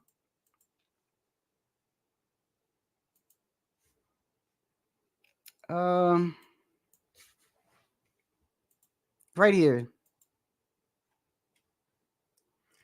It says trainer Brian Bomac McIntyre says Terrence Crawford will target a fight against Canelo Alvarez as soon as he finishes with his golf schedule. Terrence has been so busy with his extended victory tour, still living off the glory of his victory over Errol Spence Jr., that it kept him from getting back to work and stalled his career opportunities. Now, to be fair, man, Boxing News 24 is one of the most. They are so biased, bro. They are biased. They're biased against Canelo. They're biased against Bud. They're biased against a lot of fighters. So you could just tell by the way that they write the article. You know, you don't gotta shame a fighter, bro. I these guys are hilarious, man. These guys, that's really all they do, by the way. They just shame fighters.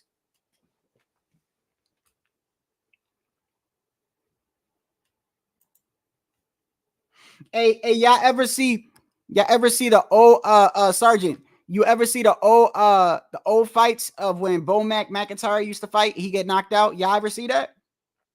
Bro, it's one of the most hilarious shit I've ever seen, bro. I remember Errol Spencer leading up to the fight, right?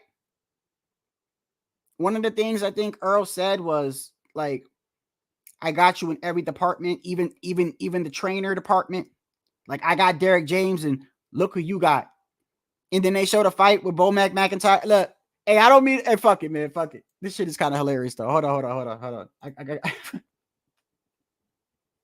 I ain't the one to laugh, bro, because I ain't gonna sit here and make fun of anybody that hop in the ring and throw down, bro. That's not what I'm saying. You hop in the ring, you fight, you put your life on the line. I salute you, bro. This is just for entertainment purposes right here, bro. This is kind of, bro. This had me dying. Hold on. Where's it at? Hold on.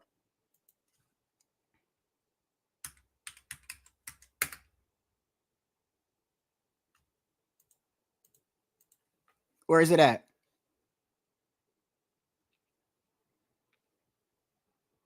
This is kind of, bro. I shouldn't even do this, bro.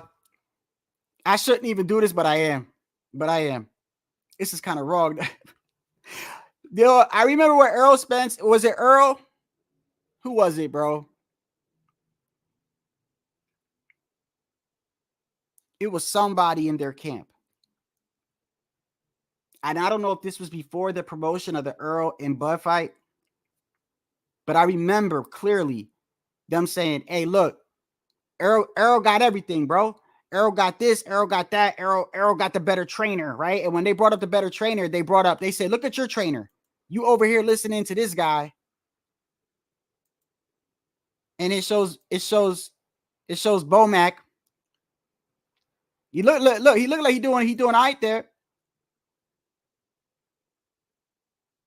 Oh, I think this might even be one where McIntyre wins. Hold on, let me see. Oh wait, no, we got oh, what's going on here? Oh, it's not looking too well. Hold on. They both oh. Okay.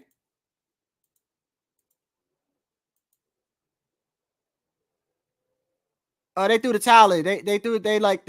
Yeah. I mean, look, bro, he's fighting. I ain't gonna try to make fun of somebody that's fighting, bro. He's fighting. Stop it, Pound. Stop it. He looked sharp. He had a good camp. Came on point, came on weight.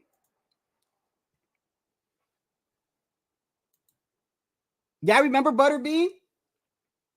Y'all remember Butterbean?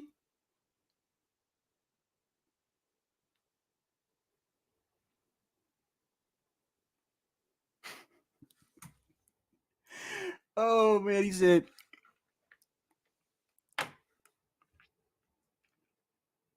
Hey, you think if Jake Paul knocks out Mike Tyson that all these people are going to be mad at him, like all these fighters are going to want to fight him, and like let's say he knocks out Mike, right? Let's say he knocks out Mike, right? I got a lot of these fighters getting mad as fuck at him, bro. You already got UFC fighters mad at him, bro. They're not even in boxing, and they're like, man, what a piece of shit. He's fighting a 57-year-old man, you know? And then I can just imagine if he knocks Mike out, man, people are gonna be coming at me. It is what it's a promote. I don't know, bro. But I tell you one thing, bro. I wouldn't fuck with Mike if he was 68. They showed Mike hitting the mitts, and man, I'm telling you, I don't care how old Mike is, bro. I don't care how old he is.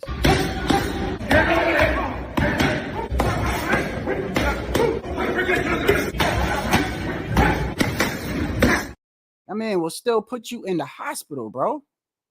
ASAP. You remember the clip of the white dude that was fucking with Mike in the back of the airplane? You're like, what are you on, bro? Like, what?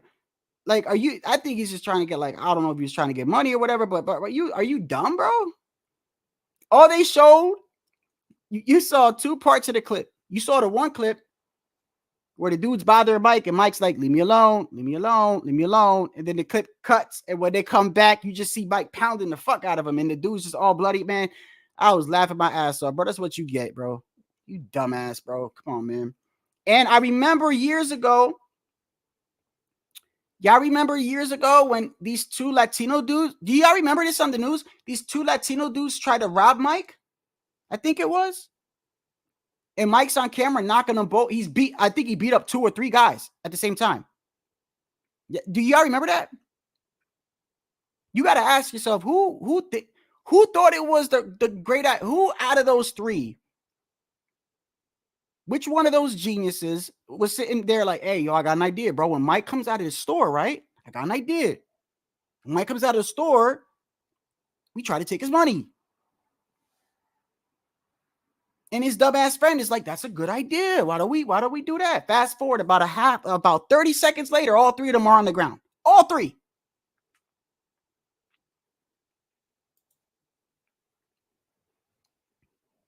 It'll still sell, Tycho. And that's the sad thing. And I agree. He's even got that condition too, where he was I think he had a condition where he's like in a wheelchair sometimes. What's it called though? Fiber. Can y'all help me out? Fibromyalgia or something like that. I think it's got like to do with like your nerves or something like that. My screen looks like really bright right now.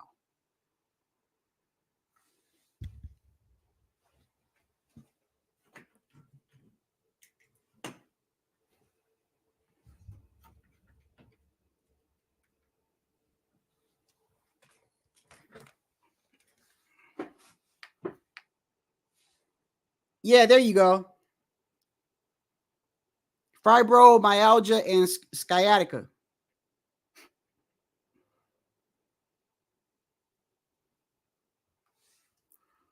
Hey man, does anybody want to hop on, man? I'm not, I mean, today I don't know if I'm not in a good mood today, or I don't know. I spazzed out on somebody as soon as I went live. Like, this motherfucker talking about race, but don't do that over here, bro. Don't do that, bro. Soon as I go live, before I start talking about my topic, stop. Don't cry about race, bro. Your ass get banned permanently, bro. Just stop. I don't care if you're trolling or not. Stop with that, bro. Stop with that crybaby shit. Stop.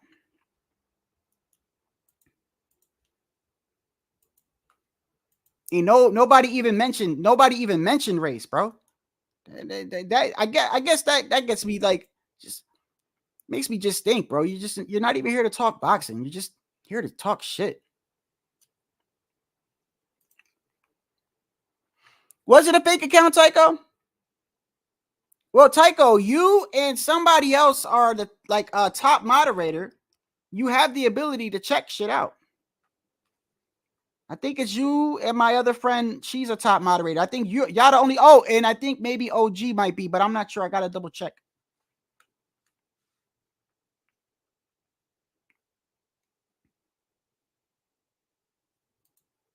Sergeant, you've never, ever came on this shit. Came on the panel. Or if you come on, bro, I'll be shocked. I'll be shocked. You'll go on with Pounds too. Pounds ain't never been up here, bro. I mean, y'all support me in the chat all day. I fuck with y'all, but y'all ain't never been on the panel, which y'all more than welcome to, by the way. More than welcome to. Hey, man, I fuck with you, Hawker, man. Look, I'm not, hey, Hawker, for real, I fuck with you. Look, he said he mowing his yard and listening, bro. That's a true listener. Because I don't know how the hell I'll mow my lawn and listen, bro. I can't do that.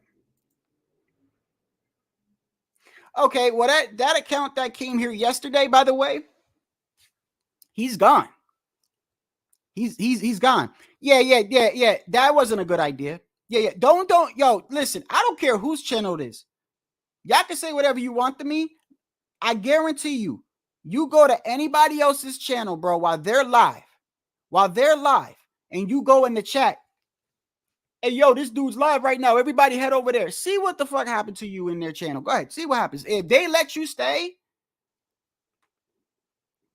I don't know what to tell you. You ain't doing that over here, man. You ain't gonna come over here and say, this guy's live. Everybody go over there. Well, take your ass over there. You ain't need to announce everybody over here. Yeah, Tycho, that's what I'm saying. You see that shit? You don't even gotta ask me, bro. Just do it. You ain't gotta ask. That's why you got that position, Tycho. Just fucking, because sometimes I can't see everything. Just stupid shit, get it out. Get it out. You make the decision whether you want to ban them today or permanently. I don't care. They shouldn't be doing it in the first place.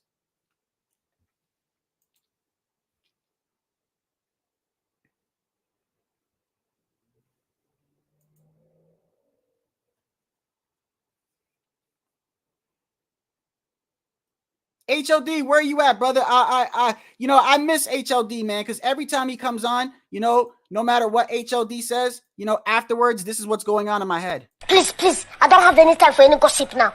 Eh? Yes. Look at you. It's my guy.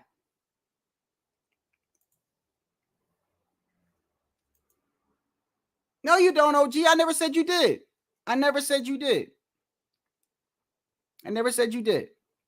Matter of fact, I don't think anybody here, I don't see anybody here abusing the wrench. I don't see anybody doing that.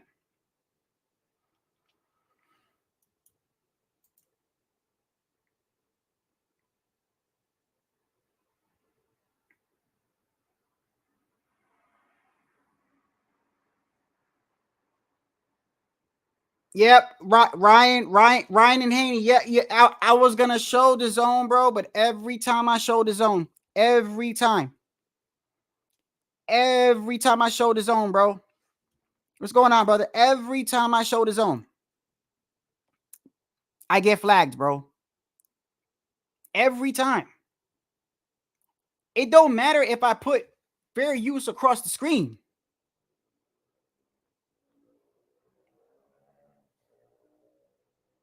It doesn't matter.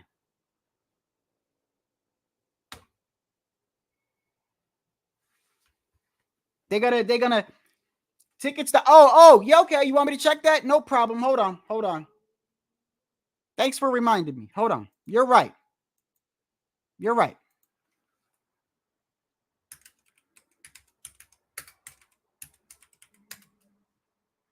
You're right, OG. You're right. You're right. You're right.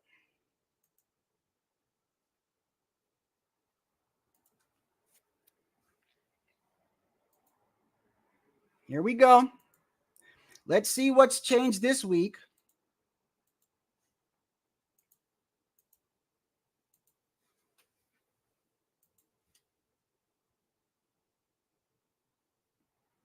That is horrible, bro. That is horrible.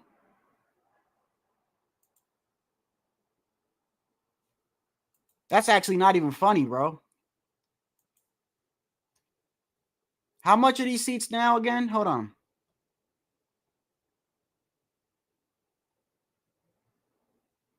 I think they lowered these seats right here. Remember the fighter walk seats, if I remember last time, they were close to like 7,000.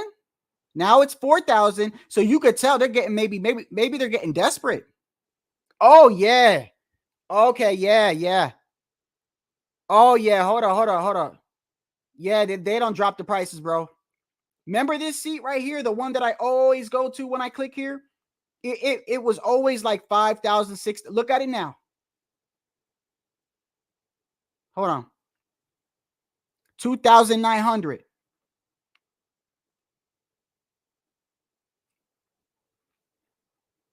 2,900.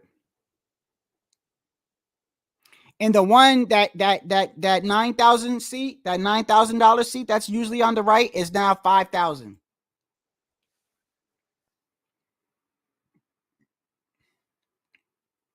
HLD, I was just talking to A. What's going on, brother? What's going on, bro?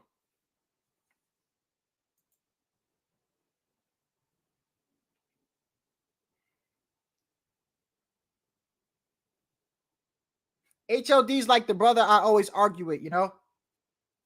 Just for no reason, though. Just for no reason. Like, it doesn't even, I don't even have to be mad at him, really. I just do it just to do it, you know?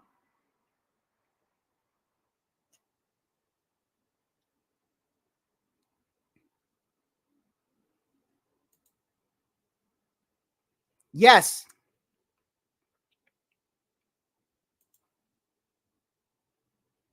Bro, come on, OG. It's gonna. Well, that's the problem, Iceman.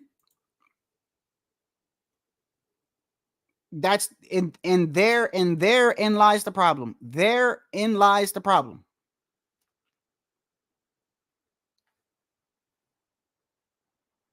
You tell me. You tell me who's gonna spend that much. We ain't talking like T.O. versus Tank or something like that. We talking Ryan Garcia versus Devin. Now Ryan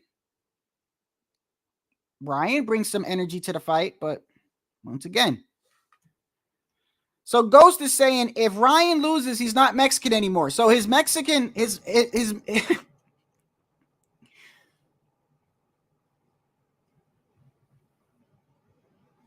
they're taking his Mexican card if he loses, bro.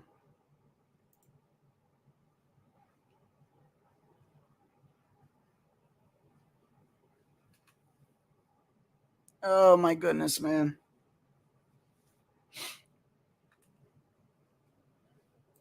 Yo, why y'all be saying this Diddy? Wait, like, what is like the Diddy is like the new no homo, right?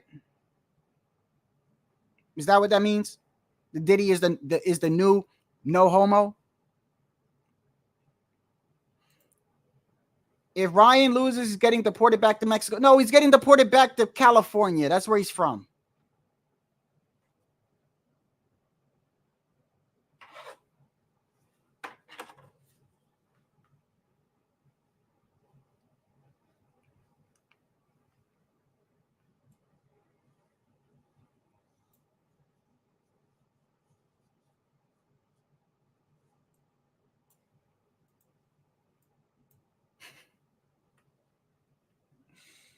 Yep, no Diddy. Okay, so that's what the no Diddy means. The no Diddy is officially no homo. Okay.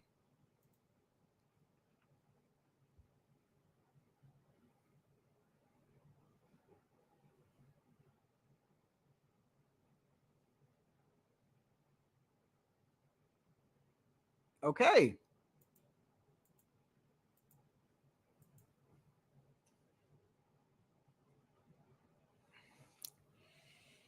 Let me see something else over here. So yes, you're absolutely right. The blue means availability. Availability is what that means. Why is it getting bigger when I'm trying to make it smaller? What the hell is what is going on here? Hold on.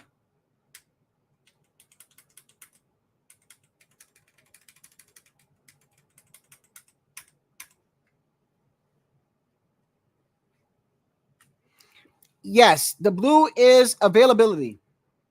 As you can see, we are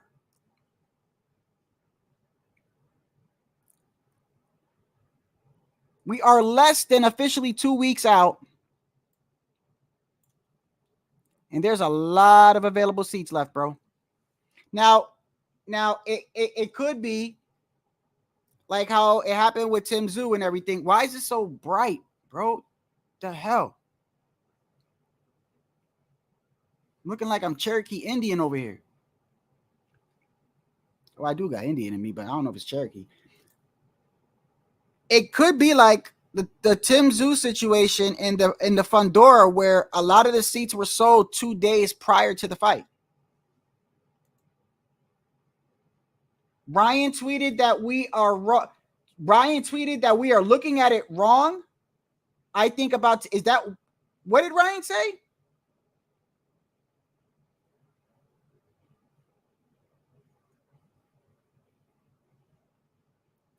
Ryan tweeted, we're looking at it wrong. I think about tickets. Please, I don't have any time for any gossip now. Eh? Yes. Look at you. That's a lie, bro. Stop it, bro.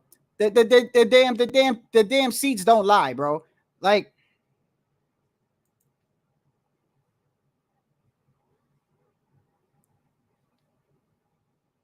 if you show up to your, if you are a boss and you show up and you have a manager that runs everything and you show up there and you have 30 employees and the guy you leave in charge goes, well, 28 people called out, but it's not. You're looking at it all wrong. You're looking at it all wrong. What's going on, brother? What's going on, Shadow? What's going on, man? Thanks for coming on, bro. What you mean? No, I'm serious. I'm serious, bro. I know I give you some shit. So, no, thank you. I'm not feeling it today, bro. Bro, when you go live every day and you deal with shit, sometimes you just don't even want, like, I'm going live simply for the fact of going live today. So I appreciate you being here, but I always appreciate you here. Hey, man. Well, no problem, man. No, what I'm saying is, he tweeted, it was a screenshot, because he was cooking somebody on Twitter over there about the tickets, and I didn't even get into it because I don't I've stayed away from looking at anything with Ryan Garcia, bro, because it's for my mental health.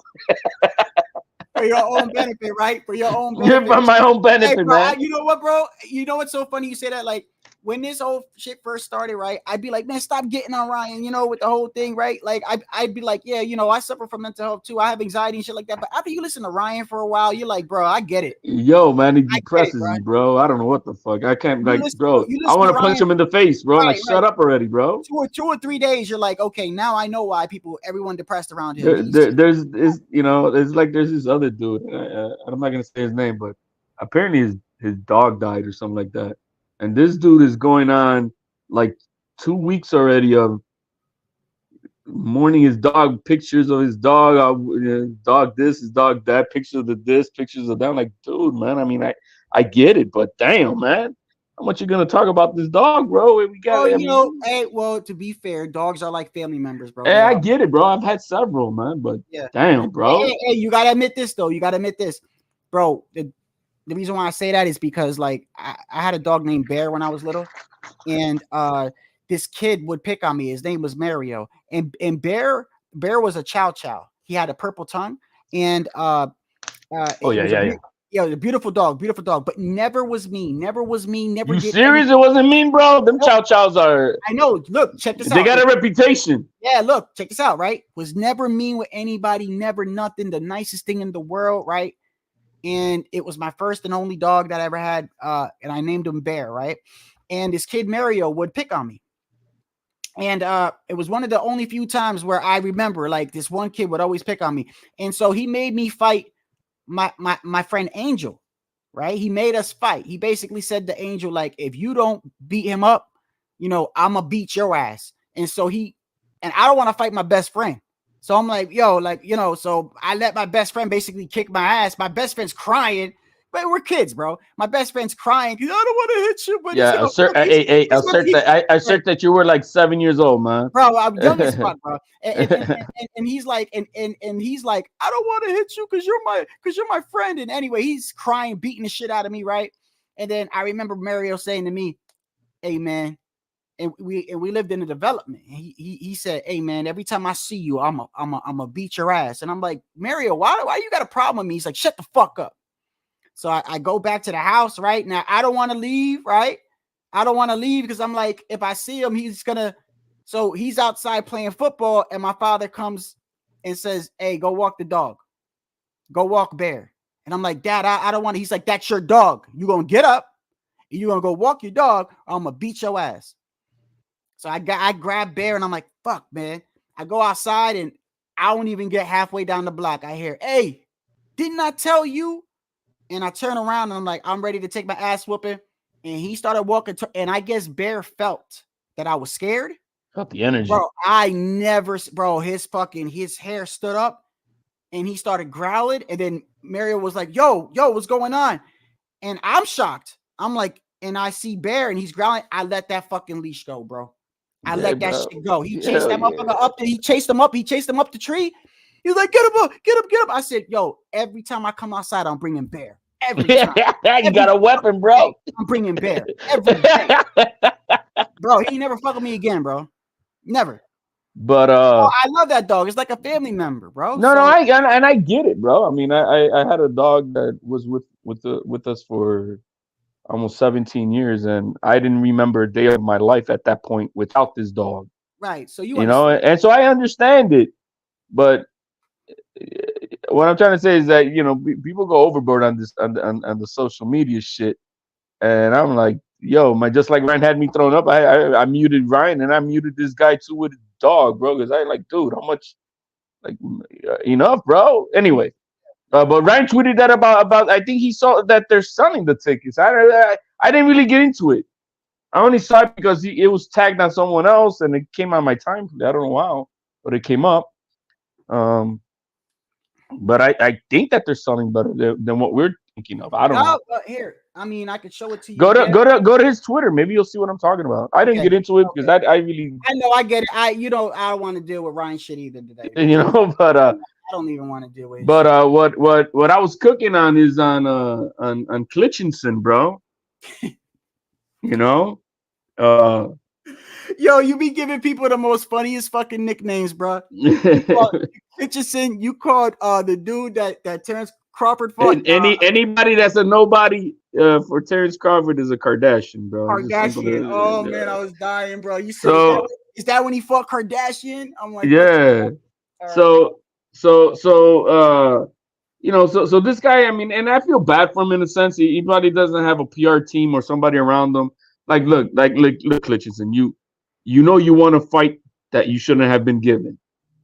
Mm-hmm. You know, and maybe what your road to path is, you know, I think I did enough to win the fight, but I also see that I got a lot to improve, because obviously he admitted it by saying he wants maybe like a tune-up or something after the fight, right? He doesn't want to be Matias Mandatory.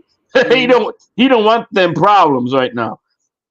So at least just say, yo, man, I got a lot to work on, and I'm gonna get back to the gym and correct all the mistakes that I did tonight. But no, that's not what he's doing. He's out there. No, that's not what he does. No. That's I whooped him. I was so good and and he started talking about, oh, and if you want to do the rematch, we could do it again in September, man. I don't have a problem, but we'll do it in, I don't know where he said. And I said that yesterday. I said, bro, listen, bro, when you without the IBF rules, he's saying, because he doesn't want the hydration clause. But not only that though, bro. Just some fighters can admit that they took an ass whipping or they even had work or whatever. I don't get it, bro. Some fighters can be like, hey, it is what it is, but I started off with the live earlier. We were talking about the corruption, and I remember you was mentioning it yesterday, and we were saying about the corruption. And so I posted it. I posted the article so you can see. So check this out, man. I go back to the Rolly and Pitbull fight.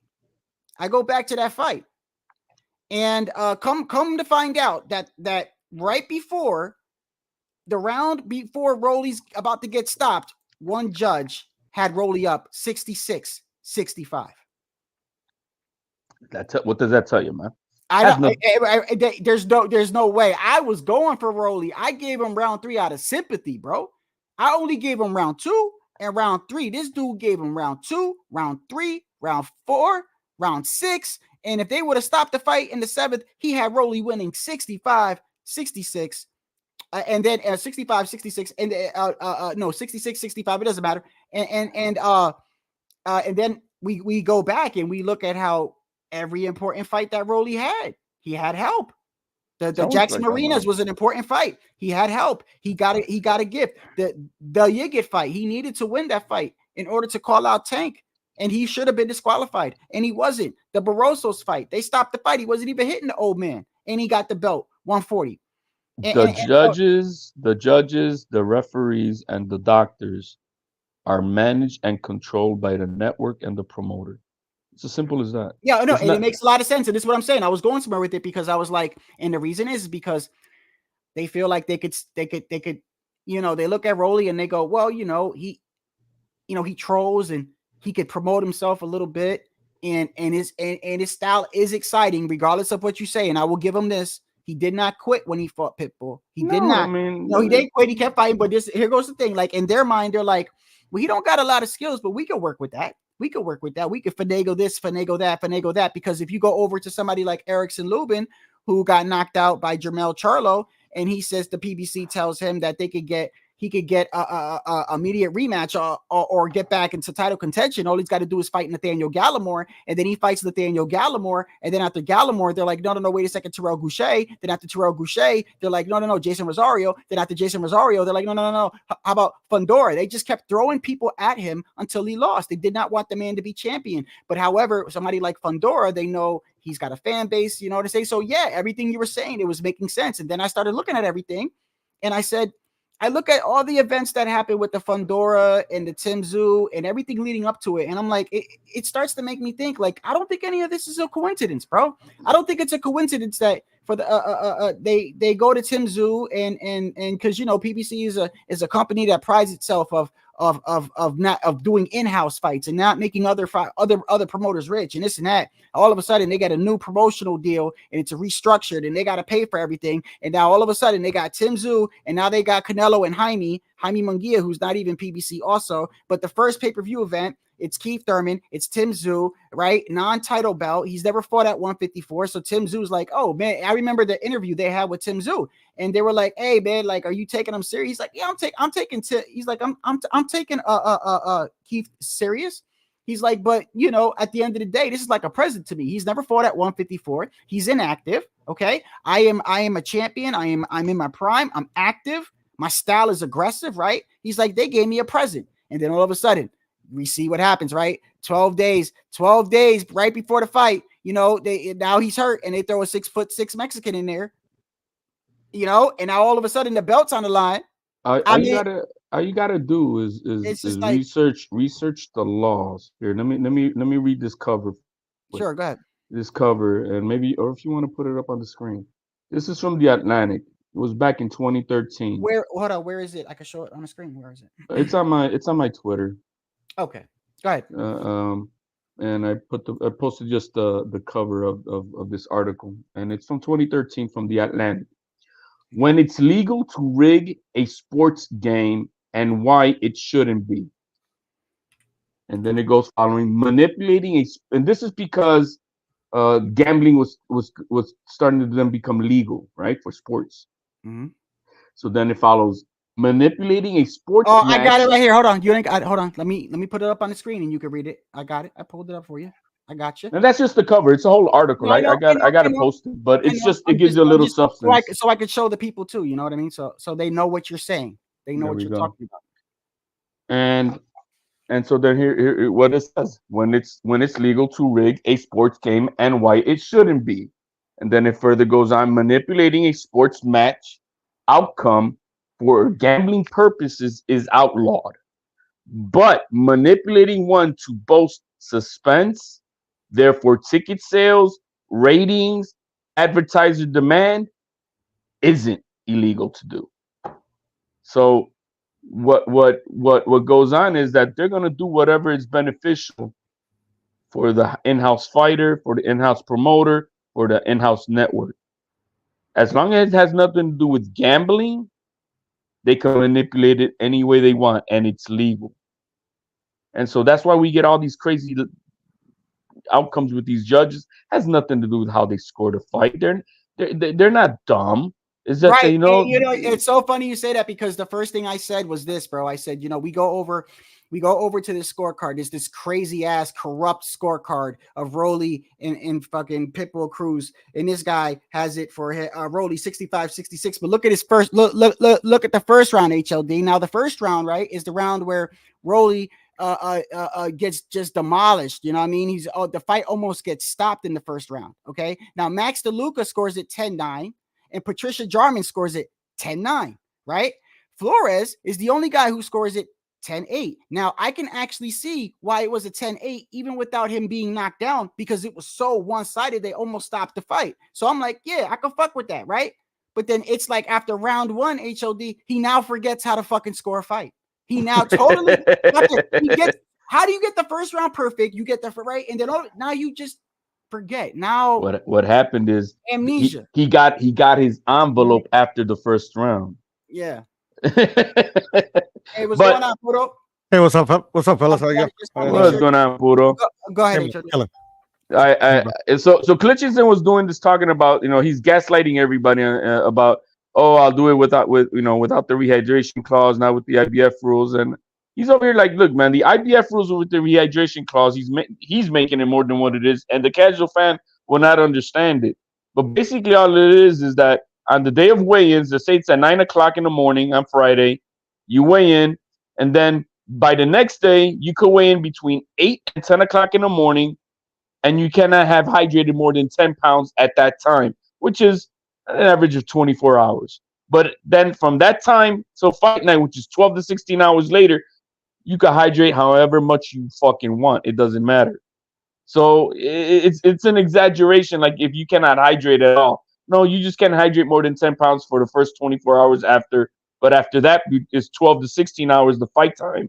But you notice Hitchens always brings up that shit. He always brings up the 10 pounds rehydration when they're talking about him fighting Matias. Oh yeah. So then I put it on his Twitter, and it's everybody's on it. And I put the IBF rules, not take it from the horse's mouth, and I just put it up there. Stop gaslighting people, because here's the rules, and you can hydrate as much as you want after the secondary one. And he's gaslighting people to make it seem like he's not going to come in. I'm drained, and I'm this and that. Be drained it all, but only when they mention him fighting Matias, he says this shit, bro. Only wait. So it's a coincidence when it's the most dangerous motherfucker in that sanctioning body, in the IBF, the most dangerous dude, the top dude, the killer, the one that's made 6 people straight quit on their stools. Only when it's him.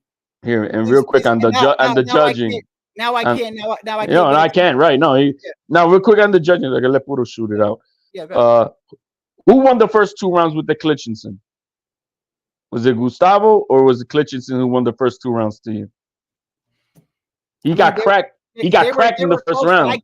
I gave the first 2 rounds to Libos though, but to Limos, right? And who did you give the 12th round to?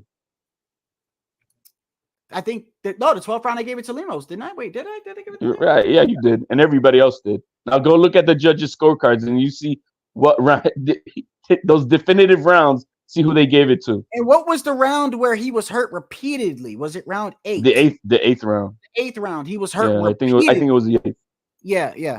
Yeah. But anyway, I'm just so corruption is corruption. It has nothing to do that they don't know how to score it. Oh, I see that one guy sees it so much differently than the other guy.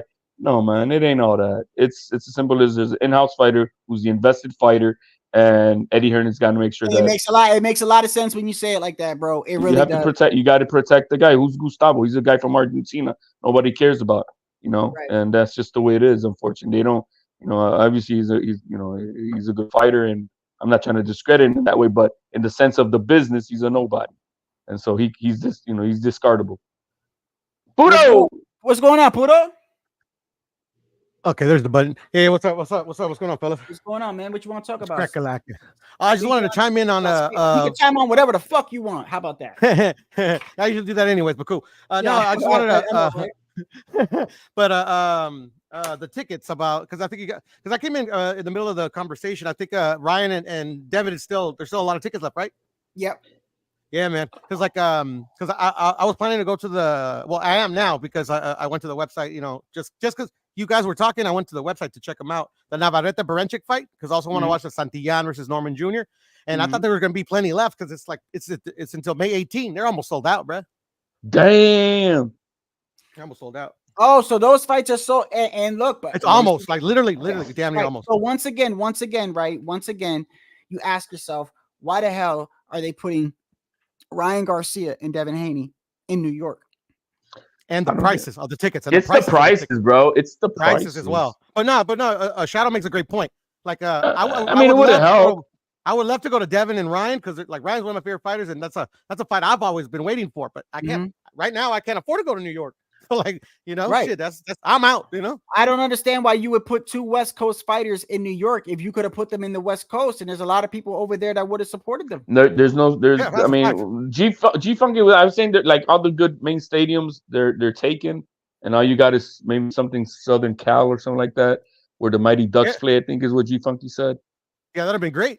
But I think if the tickets that still would have been closer than New York. Yeah, but at these prices they weren't gonna sell. No, the prices are exorbitant. Yeah, go ahead. Yeah, no, I agree with you, HOD. Though the prices are. If they would have been $60 nosebleeds, which means that everything else would have been normal prices, I think it would have been sold out. Sold out. And to me, if I had any say so, man, I slashed the tickets by 50%, bro. You got to make something. But I was just telling I was telling Shadow that I saw somewhere on the time, whatever, the news fed of Twitter or whatever, and Ryan was cooking somebody that was critiquing about the ticket sales not selling, and he's a man. I don't know. I think he showed them that they are sold, that we're looking at it wrong. I think, or something. We could be. I have no idea. At the end of the day, I really don't care. Like, I would love it to be sold out. So a lot of people don't. I wish they were into this fight, but I mean, like what I'm looking at, doesn't look that doesn't. I think he mentioned when everybody crying when we make like I don't know if he said $20 or $25 million gate. And that's what Ryan was saying, and that was yesterday, I think it was. I'm like, or today, I don't remember.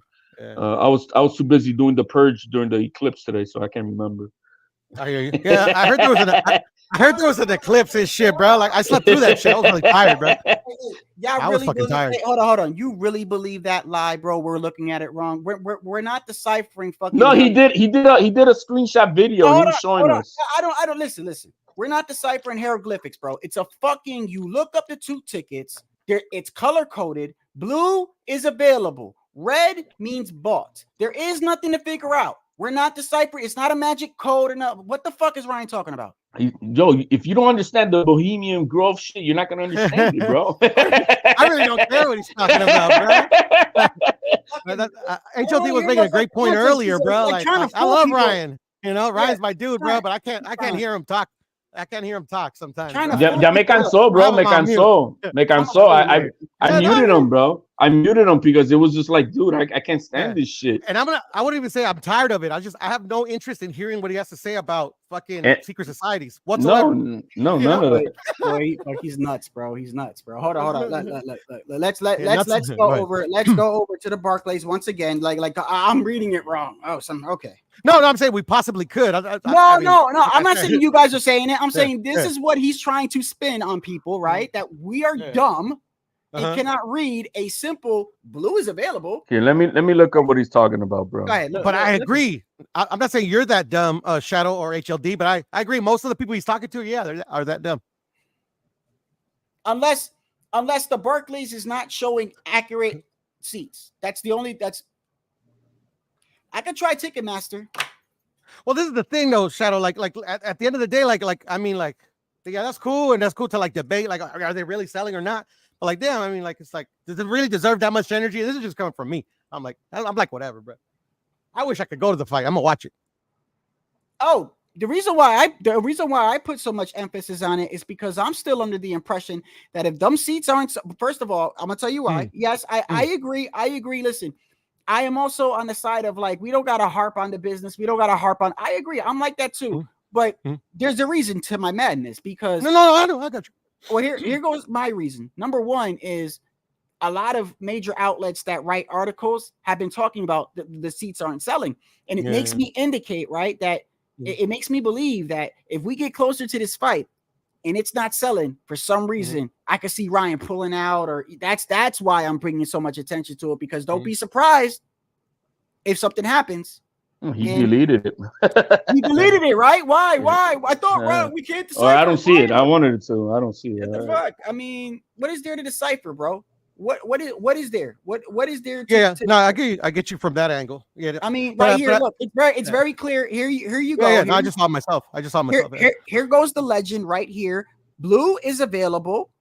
Red is verified resale.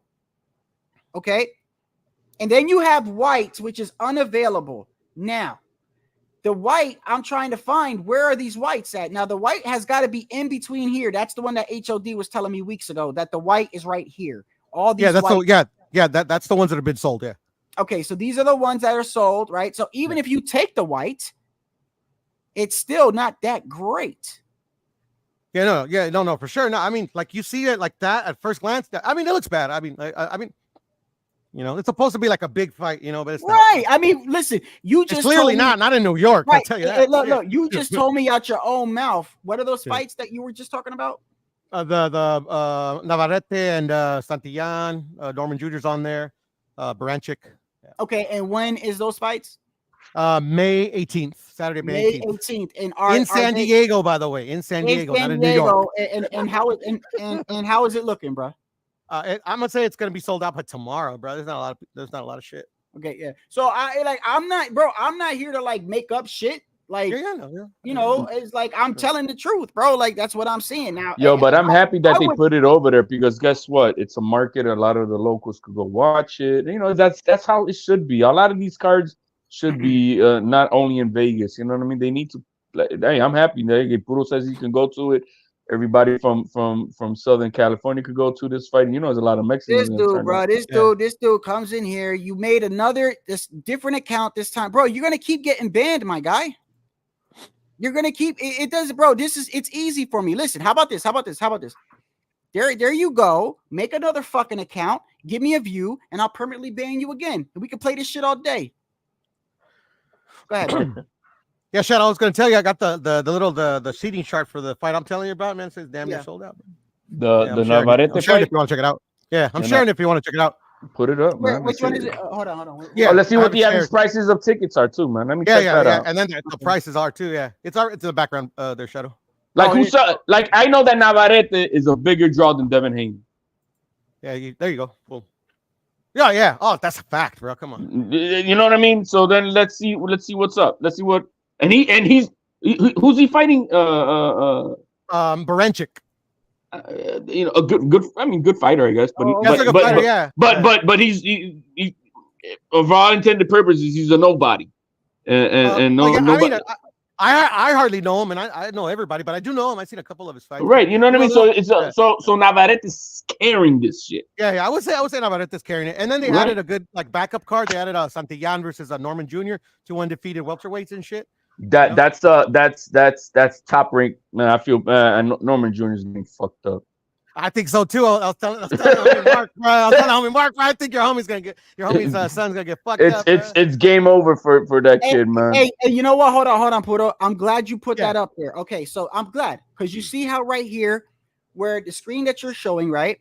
The white unavailable means bought or not available, right? Obviously, or unavailable. So right now, as you see, that little pink or that little purple that you're showing means maybe in another day or two it'll be sold out or something like that. I mean, right? Yeah. That's how that looks, right? Now, Yeah. if we come over here, the white, right? The white is supposed to be unavailable, right? Okay, and the blue is available. Look at how many blue is here. That there's nothing to fucking decipher, Ryan. What are you telling the people? I get you It coming is from what that. it is, bro. It's a Yeah, for sure. democratic Democrat state. That's why, bro. Yeah. Yeah, we're the best Blue. states. We're the best states, even though I'm no longer a Democrat. That's not here nor there. Yeah, man. That's fucked up, man. Yeah, but I had to buy him right away, bro, because I really wanted to go to this fight. You know, and you're gonna have a good time in that fight, bro. It's gonna be it's gonna be a good good fight. action. Yeah, It's gonna be good action. It's gonna be good action. And oh yeah, definitely. Santillán and Norman Jr., bro. I'm like, fuck yeah, I'm there, bro. Santillán is gonna take care of business, bro. I think so too, bro. It's like it's he's a good fighter, bro. Santillán is a little bit left. He demonstrated he's on a different level, man. Yeah. I would say he's like, that's why I'm picking him, man. Yeah. He's got a chip on his shoulder. That's 147, right? Right. Yeah, because Santillán, bro, like he was doing good for a cool minute. Then they put him on the shelf for a long time. Who's he fighting? Brian Norman Jr. Bro, Brian, he might lose that fight. No. Who, Norman? Right? No. Right? Hold on. No, I mean Brian Norman is good. Like if Brian Norman wins, like it wouldn't like. Bro, he almost got. Didn't he almost show something different? Didn't he get cooked in the last fight, bro? Didn't he almost get knocked out? It was a good fight. I don't think he almost got knocked out. It was a good fight. It was a good fight, though. It was a good fight, and it wasn't a trash opponent, though. HOD, it wasn't a trash opponent. I'm not saying it wasn't. It was ruined though for the headbutt. It was a lot of fouls. Oh yeah, I forgot there was a headbutt too. Yeah, but who knocked out for the first time and shit? Yeah. But who caused the headbutt? Fuck, bro. I don't know. I can't put a blame on either. They were all cut up. I mean, they were all cut up, right? Yeah, I didn't like that the guy quit. I don't like that the guy. Well, it was more the corner because the corner wanted to stop that fight back. Like, no, they just wanted to stop it. I didn't like that, but I don't. But he had the momentum. The other guy had the momentum, right? I thought he did. I would say so. I would say after the knockdown, he took the momentum. Yeah. Santillán's gonna cook him, bro. He's gonna knock him out. I think so too. But you never know. I mean, Norman's not bad. I just think he needs he just needs more. He's raw, man. He's still very raw. Yeah. He's an athletic kid and he's dedicated. I say that. Do you know what I like about him though, bro? He comes to fight, bro. He comes. There's no doubt about it. Yeah. He's not. In the motherfucker HOD, he'll take no rounds off, bro. Hey, Santillán. Santillán walked across the street and beat the shit out of Roca, right? Oh yeah, Rocha. Yeah. Rocha. Sure, that was a good fight. That was impressive. Like, cause I thought it was gonna go to the scorecards, and shit. I thought it was gonna be competitive, but damn, Santillán fucked him up. Bro, it was good while it lasted. He showed a different. Bro, it was impressive, bro. It's like damn. It was a good one. Nah, fucking beat the shit out of Rocha, bro. Yeah, I thought Rocha was good, underrated. Yo, man, they had Oscar De La Hoya on sour grapes over there that night, man. What did I gonna tell you? Is that Robert's fighter, Santillán? Yes. Oh, okay. Yeah, that's Robert Garcia. But this is a good fight though. Like two undefeated welterweight prospects. It's better than them fighting like a bunch of cans. Undefeated welterweights collide right here. It says here Giovanni sent. Okay, hold on 1 second. And it's on the Navarrete and Baranchik. And right here, hold on. It's going to be a quick turnaround for the ambitious 23-year-old Norman Jr., 25-0, 19 KO, who cruised past Quentin Randall. That's who it was. And by the way, Quentin Randall. Horrible fight, but by the way, though, they had it was one of those fights where both of them had like a lot of like a grudge match, sort of like think of it like a Tio and Haney sort of shit. Yeah, like trust me, I know. Yeah. They had a lot of history. Okay. And then now this guy right here, isn't this the dude that dropped Tio in sparring? HOD? I don't know. HOD? Who, Santillán? No, Boca Chica. Yeah, he did. Watch. No, he did. That was the guy that dropped him. He did. Yes, he did. Yes, he did. Hold on. I don't know. He dropped Tio in sparring because sparring is just sparring. But I remember because they were talking shit about it. And this is, by the way, this is a young Tio, bro. It is a young Tio. Yeah. That's why for me, I don't put stock in none of that shit, bro.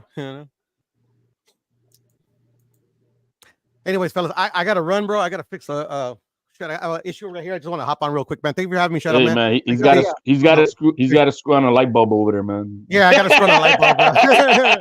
All right, Papa. How many boxing fans did it take to screw on a light bulb? One. Peace. Peace. Yeah, hey, right here. Hold on one second, just to show you. And this is, I mean, this is a long time ago, but still, I do remember. I do remember this dude talking shit to Tio. He's like, "You remember what I did to you? You remember what I did to you?" Here it is, right here. Shout out to D Style. This is actually on D Style's channel. Okay.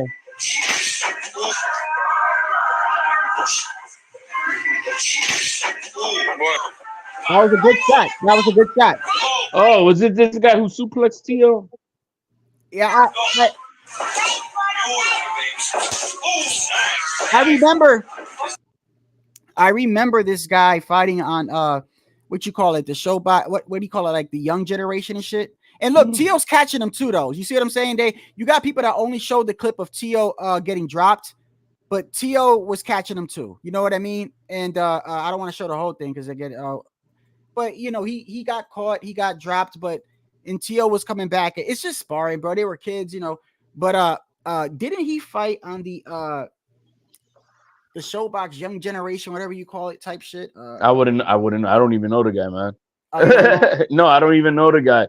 You know, yeah. But then you see, I mean, like that right there shows a lot, because I mean, it's see, like what Tank and Devin Haney did, that was inspiring. There was a competition on the line. Right, there was money on the line. It was a competition, doghouse rules, first man to quit. So it's a fight just with gear. That's different. Sparring, like what Tio right now is doing with that guy, they're working on certain things, and that's what they're doing. Tio's probably working on from what I see, looks like slip and movement.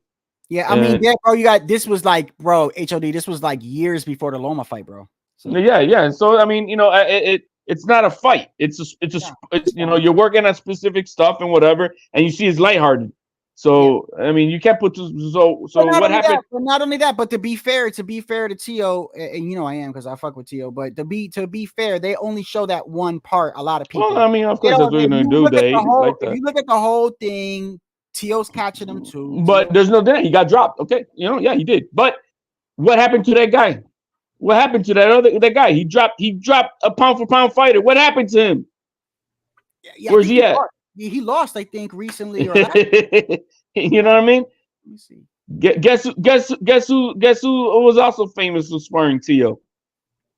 El Rayo. Yeah, the most famous sparring partner, because that's how he was. And then he got cooked. Yeah. Didn't he get cooked? He got cooked twice, right? Didn't he get cooked by De Los Santos and also got cooked by? Yeah, look, the dude got 2 losses already. Here he is right here. He's got 2 losses already. And as you can let me stop a little bit like this. Oh man, losses recently too, huh? Yeah. That's what I'm saying. Like he had, look right here.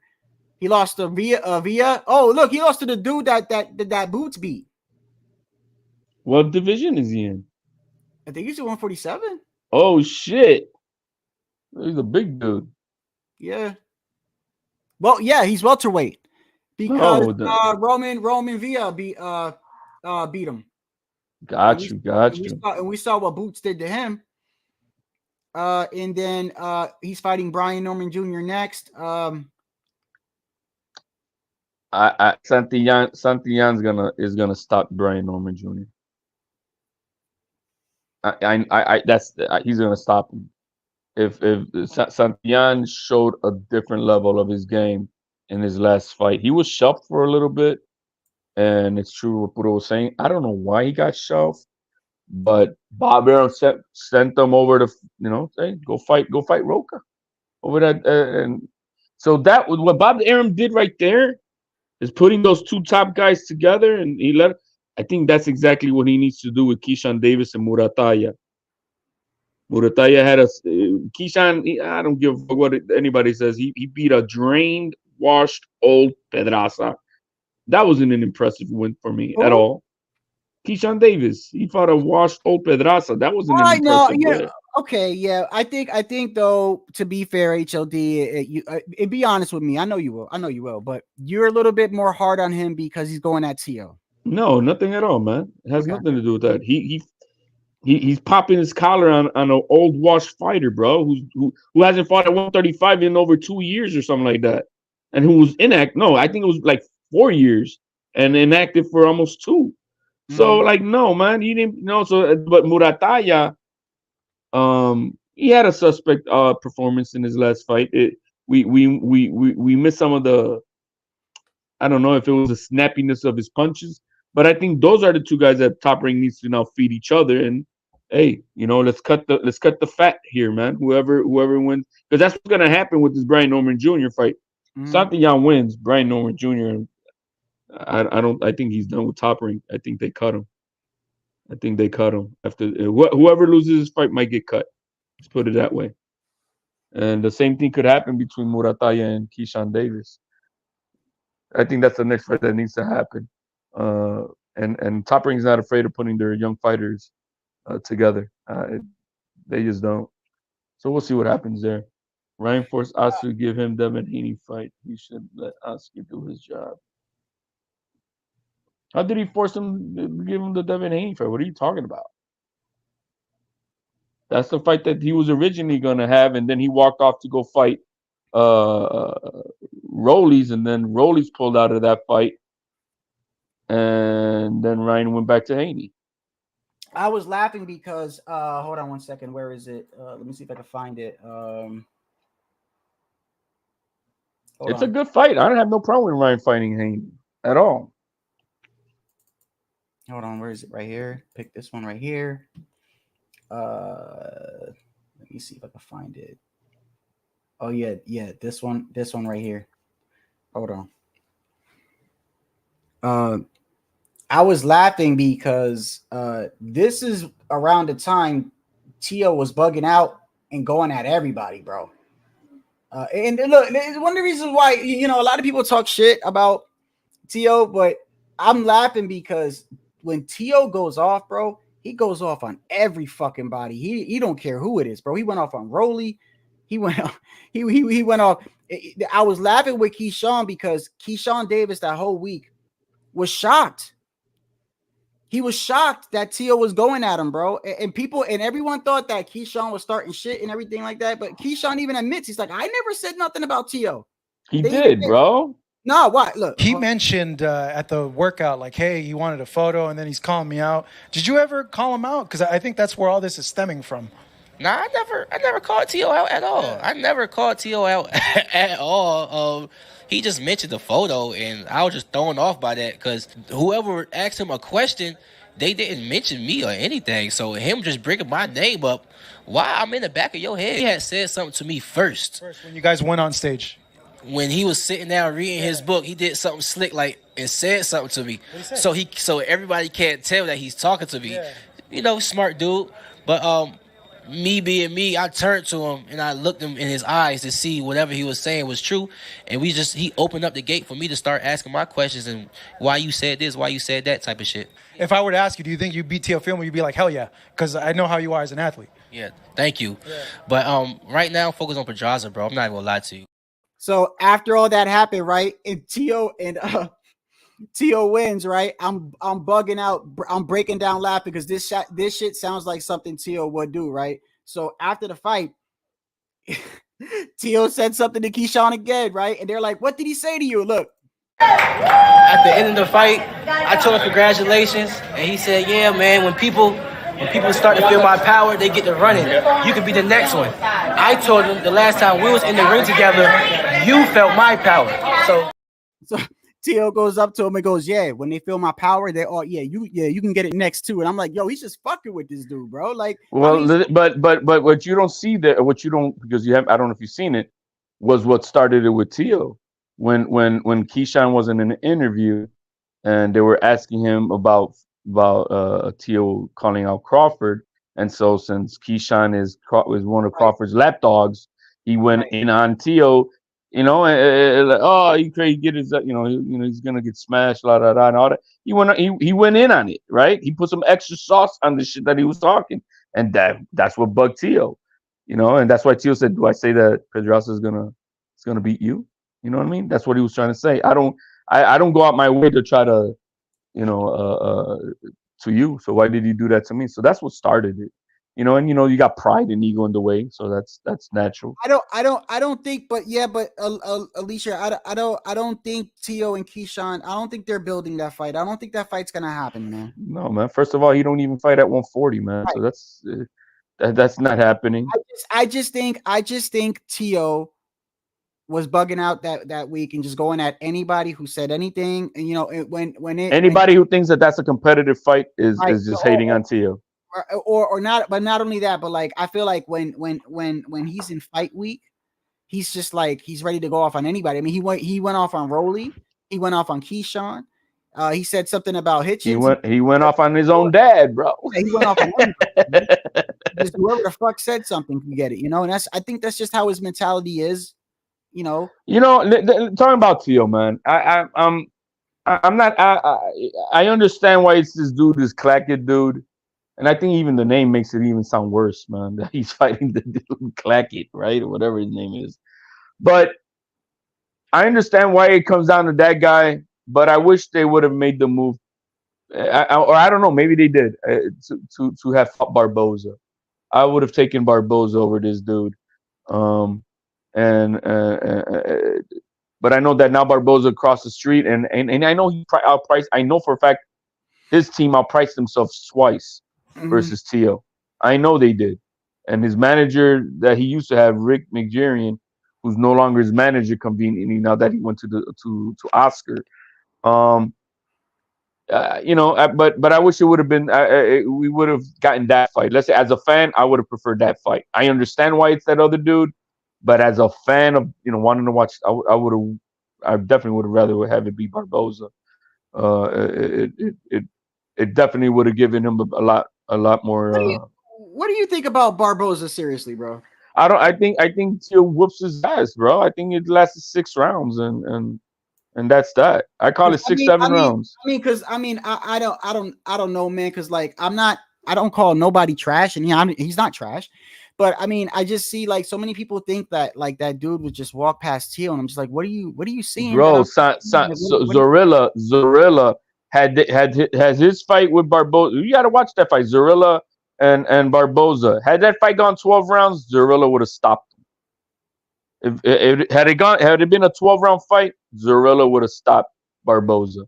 He was kicking his ass in the last few rounds, bro. Kicking his ass. He's not that good, bro. He got no power. He's not fast. We saw him in his last fight, bro. That fight was trash.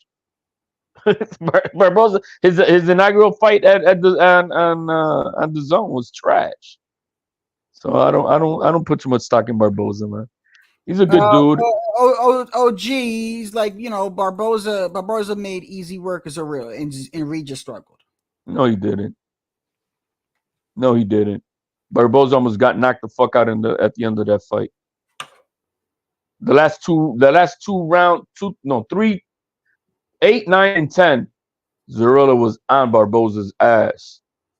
On his ass. And I wish he would fight like that more. Like he was. I don't know why he fights that slick style, bro, and he shouldn't be doing that. But that's what I said to Puto. I said, hey, Puto, like, Puto, you know how I don't know whether to take Puto seriously or not sometimes, but he was like, man, he outpoints Devin Haney. Who outpoints Devin Haney? Barboza. No, I don't.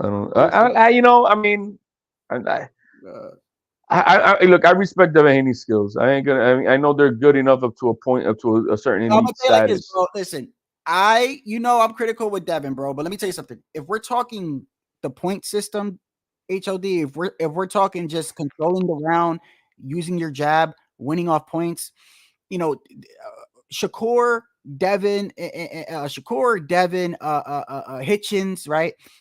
They fight round by round, whereas a Tio, Matias, Crawford, they're trying to hurt you. To me, there's a difference, and so if I just feel like if you try to play Devin Haney's game with him, he's gonna beat you every time. Right. That's what I'm saying. That's why I don't think Ryan Garcia can go in there trying to box Devin Haney. Exactly. That's what I'm saying. He can't go in there. That's what I told you the other night. I saw when I finally watched the Canelo and Mayweather fight, and I'm like, two things I noticed was all the jumping back that we want to call defense. That's not defense when you're jumping back, but it is. But I mean, but that's not defense. I don't know. Bro. I kind of you don't agree. I don't know. It's man. not it, bro. This is not it. The leaping back shit. Like no, man. Now what about the shit that we were? What about the shit that we were seeing the other day where he was turning the pivot? No, that's different. That's Okay. that's right. But then what I was seeing that what Canelo's doing to Mayweather. Why are you trying to box Mayweather? What the fuck are you doing? You're supposed to be a mauler, bro. You over here trying to jab, out jab Mayweather. What? Yeah, but terrible game plan. Terrible game plan. At that time, though, we're talking a different Canelo. We're talking a very young Canelo, a very, He needed to fight him like Gustavo Limos did against Hitchington. That style, the Maidana style. You gotta go in there, be reckless, get it. You gotta outwork him. That's why I think like Zepeda. Oh, Cepeda's a dangerous fighter for Devin Haney. Throwing 150 punches around, can Devin Haney? Bro, he's gonna be. What do you? So you think Zepeda would give him like beat him or? It'll be I don't. How long can Devin Haney run? Okay, how about this? How about a Zepeda versus Tank then? I think Tank beats him because he's gonna get clipped, right? Right. Yeah. I see the getting clipped. I see him getting clipped. But when it comes because Zepeda is not a knockout artist, but he's a bro. The dude's throwing 1,500 punches in a 12-round fight. Like, what are you gonna do? You know what I mean? And this kid got an endless gas tank. He trains with Matias, bro. Same gym in Mexico. So I mean, I think it's I think Zepeda brings prowess to a lot of guys because of that, especially the pure boxer style. But okay, so this is what I'm saying. I don't think the style that Barboza has is actually. I don't know if that's the correct style for him though, because he's just a. Damn, I don't even know. He's a boxer. I can't really explain his style to. He's an unathletic boxer, bro. Let's just put it at that's what he is. He's an unathletic boxer, and with no power. And so, he's. I think you can probably say he's fundamentally sound, but I mean, that's not a good thing. HOD, like, bro, I agree with you. I just don't think that's. I don't look. Okay, plain and simple. I'm gonna say this. Y'all could say I'm just saying it because I like to. I'm not just saying it because I fuck with Tio. I'm telling you, I don't think Barboza is really all that, bro. I don't. You gotta have an extra something, bro, in this game. Matias is not a good boxer, but he's violent. You know what I mean? That's he's bringing something different. Tio, he's in a combination of things, right? He can box, but he's got some respectable power, and so that it has nothing to do with being fundamentally sound. It's just that he's bringing something extra to the table. Barboza, when he gets in there, what are you bringing? What's your special attribute? And I don't see it. And you think what's his name? Pitbull Cruz beats up Barboza, bro. That's a good fight, actually. Pitbull Cruz. Yeah, I could see him because he's not going to be able to be elusive with him as much. But you think Zepeda beats Devin? That's actually a pretty good fight. I think it's a really good fight. That is a good fight, HOD. Because when I think about it, like Zepeda throws so many punches and he's constantly coming forward. Like that's going to get the Devin. Zepeda versus but the thing is, Zepeda is 135. So let me just put it: Zepeda versus Shakur Stevenson is a great fight. What? Who? Zepeda versus Shakur Stevenson. Okay. That's because they're at 135. Haney's at 140. So I can't really put him in there with them. But OG, what do you hold on a second? You see, OG, come on. You in pounds are ridiculous, bro. Tio already lost. He's flawed. What so he lost because he lost. I mean, everyone's flawed. Even undefeated fighters are flawed, bro. They roll with it because they're onto the look, man. The Cambosos was lucky to be at his best when Teal was at his worst.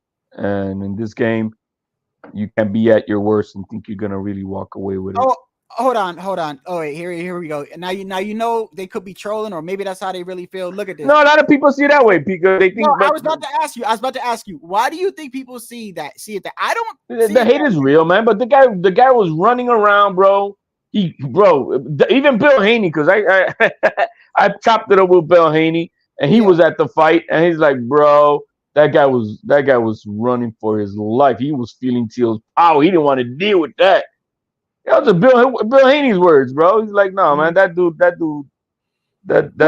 what? He said, I don't want to deal with that. No, he said that Sandor Martin didn't want to. He was running for his life, in that fight. He was front row, man. He saw that fight front row, and so and he believed that. He believed Teal won, absolutely. And so you're right, and Tycho, and you're right. And look, I literally yesterday was on Twitter with some dude who, so because of the Hitchens fight and the Lemos fight and the ridiculous 117, 111 card, which I think a lot of people agree with, it was ridiculous.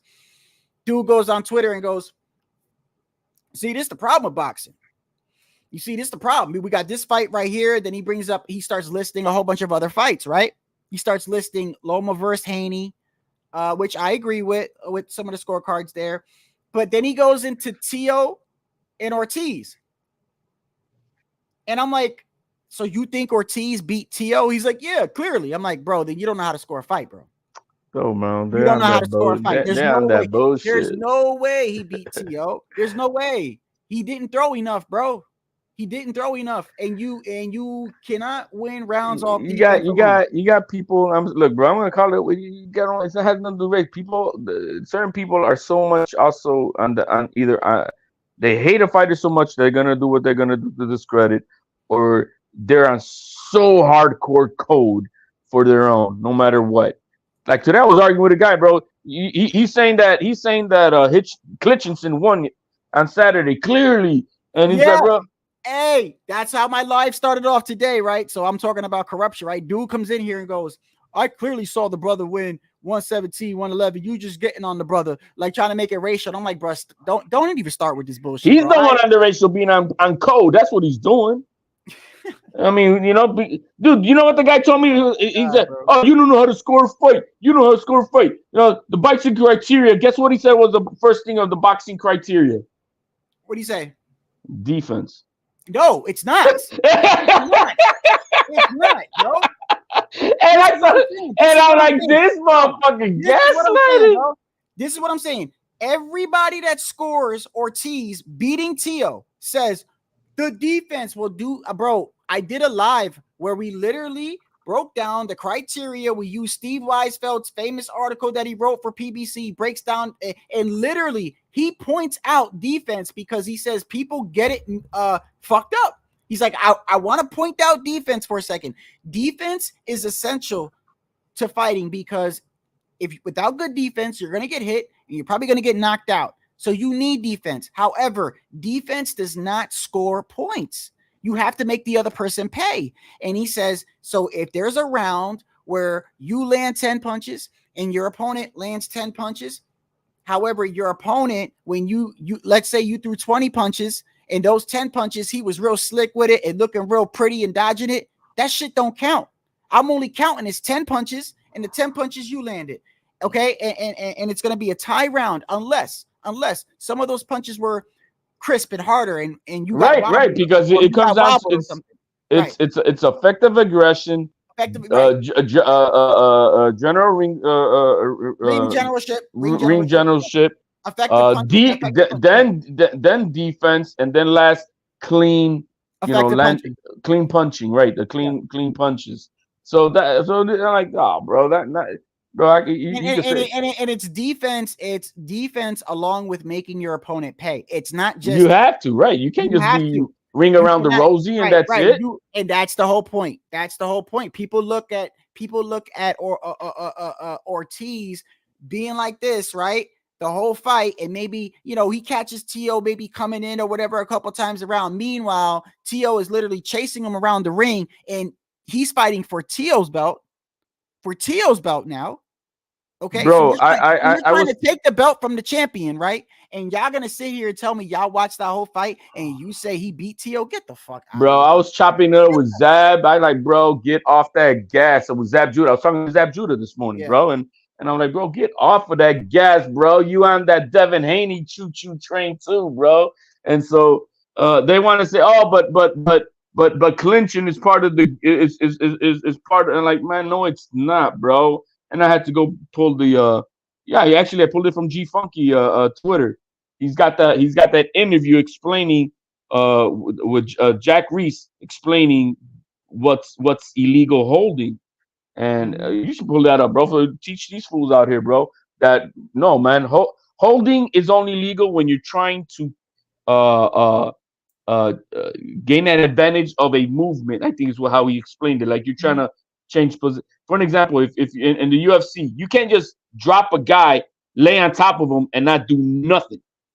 It's because you can't just do that. You got to be trying to hurt the guy.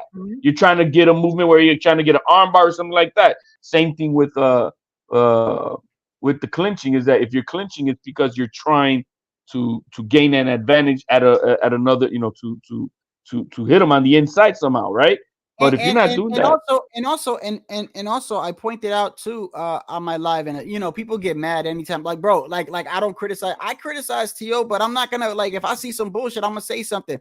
At the end of that fight with Ortiz and Lopez, the next day, Top Rank drops the post fight.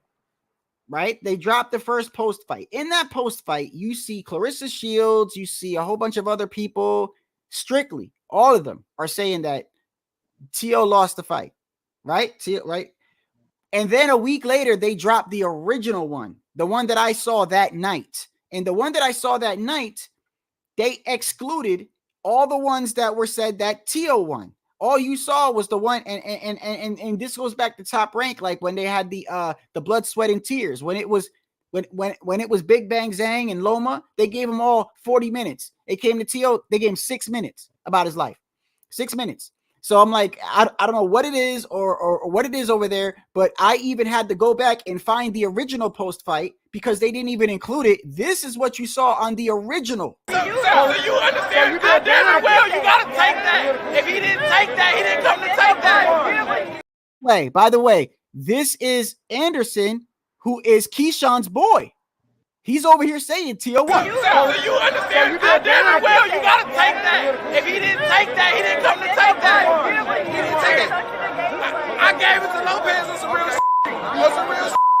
Jermaine Ortiz is a good fighter, but you can't run the whole fight and think you're gonna win. And so T.O. tried to make it a fight. You can't make somebody fight that don't want to fight. That's how I see it. Takeover, believe in the takeover, best fighter in the world.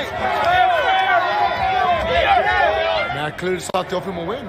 All the respect to Ortiz, but you know, Teofimo was putting the pressure and was making the fight. It was clearly the fight, but you know, I see some people upset. It's understandable, but in my opinion, I saw him won clear.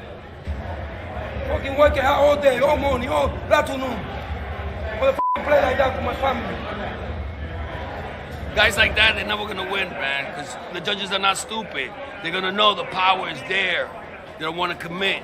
Ain't nobody want to fight the champ, man. Maybe next time we'll get a better dancing partner, you know? Acuérdate que cuando eres el rey, todos quieren tumbar al rey abajo. Nadie te quiere ver arriba. Todos te quieren bajar. Tú mantente firme siempre arriba. Da mucho gusto, man. No sabes la felicidad que me da verte crecer. Te ve que eres una persona mucho más madura, más sabia. Por él. Claro. Todo por la familia. Por él y por mi familia, por Dios. Dios primero. I'll take an ugly win over a pretty loss, but there was no way you could give that fight to Jermaine Ortiz. I'm just sad because it would have been more entertaining and it would have been a real fight, you know? We robbed the crowd from freaking from him getting knocked out, you know? We just mentioned around what the scoring criteria. So if you're a fighter on your, this is what I'm saying before you say anything is as far as like your opinion on things shouldn't really matter when we go to a scoring criteria. Scoring criteria, no way, right? No way. You can't. So you're a fighter who fights off the back foot. Okay. So how do you apply effective aggression off the back foot? You got to make the fighter pay. Mm-hmm. And the most important thing is when you're fighting for a belt, you got to take it from the champ. I'm just saying, when you have him, when you are on your bicycle and you're not firing back, there's nothing wrong with being. Listen, this if you have a style where you can't knock people out and you have to, there's nothing wrong with that. You can win on points, but you have to take chances, bro. You have to take chance. The man was not taking enough chances, bro. He wasn't. No, man. I don't think I even watched that fight again, bro. That's how bad of a fight it was, bro. Like I might watch it again, maybe when Teal's gonna come up again, but I'm like, it's such a bad, ugly fucking fight, and that was embarrassing. I'd be surprised if Top Rank puts him back in the ring, bro. I really do. I don't even know if he's got does he have a fight coming up next? No, bro. Top Rank has got all these cards. Where's Jermaine Ortiz? You know what I mean? I wouldn't be surprised, bro, if he gets cut, man. I'll be honest with you. I wouldn't be surprised because I don't, dude. His opportunity was that night, and had he fought Tio like the way he fought Loma, hey man, who knows what type of fight we would have had? You know what I mean? I remember I took a snapshot. I took a snapshot of the part. There's I forgot what round it is. It's where Tio threw, like, he threw a punch and missed. He caught Ortiz with a body shot, and then he went upstairs to go hit him, and Ortiz ducked. And then literally there's a part in the fight where Ortiz literally turned around, like he literally turned around and like to gather his footing, but almost like ran and shit. And at that time, Tio smiled at him, and they took a snapshot. You got it set up. You got it set up. Yeah, I got it right here. Hold on. Where is it? Hold on. I got it right here. There's a part where is it at? Hold on. Top Rank allows you to play their fights right here. Right here.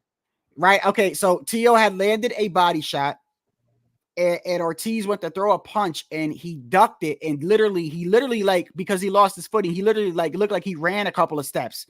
And Tio just smiles at him like, bro, like where the fuck are you going, bro? Like where are you going, bro? Like where are you going? Like, are you gonna fight? Like, it is what it is, man. People take what Tio does and they get emotional over it. I call it emotionalism, and emotionalism is real, not just in boxing, but in real life. Like, you take a person that says, and I would encounter this a lot. My cousin, she would go, do like missionary shit and try to like get people to believe in God and stuff. And one of the things I encounter a lot is people get emotional and they go, well, why would God do that? Why would God do that? And well, when you look at it, like, regardless of whether you like it or not, it is what it is, right? And it's like, but they're emotional. They're emotional, and they're like, I can't. What Tio did wrong in that fight, that is the aesthetics. The had a bad fight. The aesthetics. No, but I'm saying the aesthetics of showing the frustration, and because he wants to show off for the crowd, and then that post-fight interview didn't help at all. And he had Tio not had any of that, the frustration that he wanted to perform inside the ring, he just kept his composure and not did that thing after the fight, and would have been like, yo, man, hey, I did my best. This guy was running all night. There's nothing you can do. I'm the effective aggressor. I'm the champion. You try to take this belt, you ain't gonna get it if you're not trying to, take my head off. So I mean, see, right, and leave it alone, right? But because of those things, it came down worse on him. But the fight was ugly. Like I said, I haven't watched it again because it's like, hey, are you gonna want to watch De Los Santos and Shakur fight again? Oh, never. Right. I don't like. Who wants to watch that again? Right. And what was so funny? Oh yeah. So look, check this out. So what's so funny about that is remember I told you in the original post fight that Top Rank had dropped, one of the ones they showed was Clarissa Shields. And mind you, the big criticism with Ortiz losing the fight is he was on his back foot and didn't throw enough, right? And she's like, yeah, defense, he beat Tio, right? But then after that came the Shakur and De Los Santos fight. And after that fight happened, she went on Gilly and Wallow. And Gilly and Wallow is on there making fun of Shakur because he's trying to say, hey, if he fought like this against De Los Santos and jumped back 3 times, what you think he gonna do about Tank, right? And this is what she says here. Talking about just straight boxing skills. Oh, I'm going to swim and not get wet. Or you hit you, back up. Or you take 2 steps, I'm 2 steps back. You take 3, I'm 2 steps and turn. Oh, so boxing is a game. It's called hit and not get hit. Mm-hmm. A lot of these boxers that I've seen recently, some of them, they forgetting about the hitting part. Like everybody just don't want to get hit. They just run.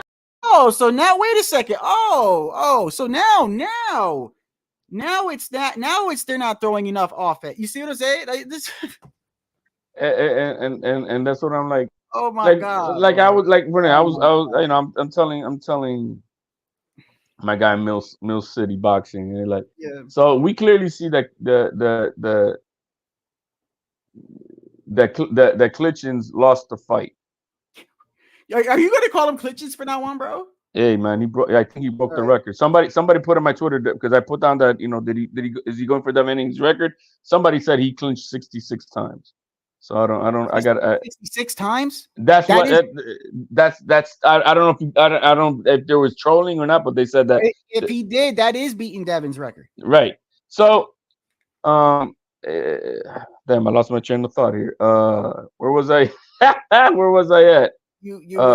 About Klitschins. Yeah, Klitschins. We all saw Klitschins lose. My guy Mill City thought he lost. Right.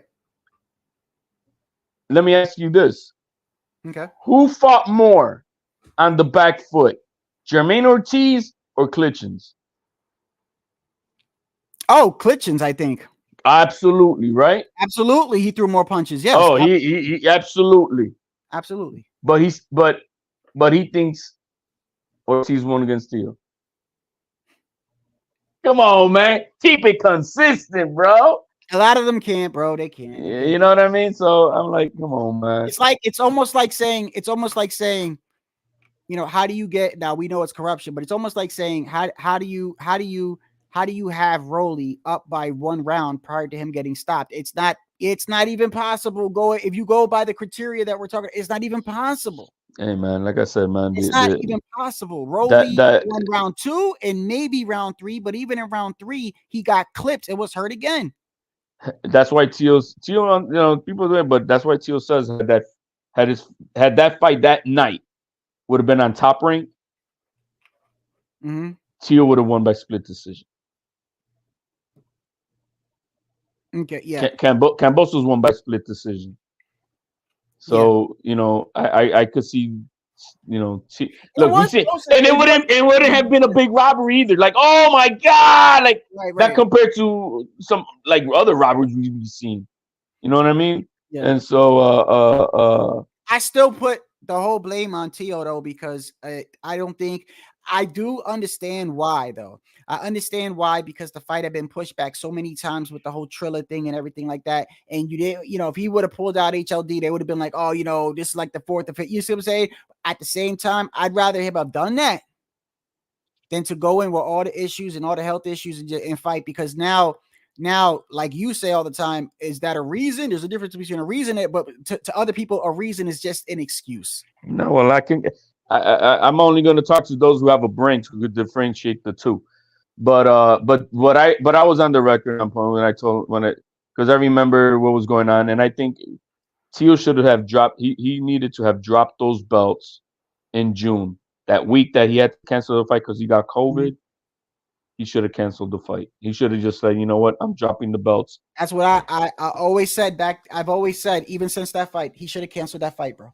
He should have canceled the fight in June and moved on. That's what he should have done. Like, I'm dropping the belts. And that's it. because several things. Because of what he got sick with the COVID. He already has asthma, COVID, weight draining. Now you got baby mama problems. All this shit came into play, bro. There's so many things going on in that young man's life. And I'm like, dude. Hey, you know, I look at he like, missed his son's birth. I'm like, yo, I remember like in May. How many fighters do you think had bad performances because they had issues with a female? I don't say strictly because of the female. I'm saying just everything in totality. No, I'm not saying. No, hear me. I'm not blaming the female. I'm saying they have issues with the female, so that it's mentally bothering them. If you only have one thing going on in your life, I think you could channel that shit. Canelo had to literally negotiate with the cartel because they kidnapped his brother the week of the fight. And that man still did his fucking job. So when you have one thing going on, I can kind of, you can, but when you have a multitude of things going on, we're human, bro. You can only put up with so many, things going on at one time. And if you got physical ailments, then you got weight draining issues, then you got a baby mama problem, plus your son, not only baby mama problems, but your son is being born and you're not at the hospital to see your son get born.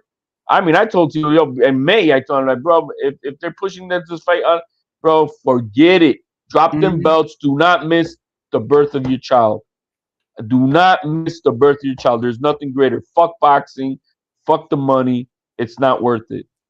Well, this is what. The only reason why I'm asking you this is because if never gonna happen. OG Blaze.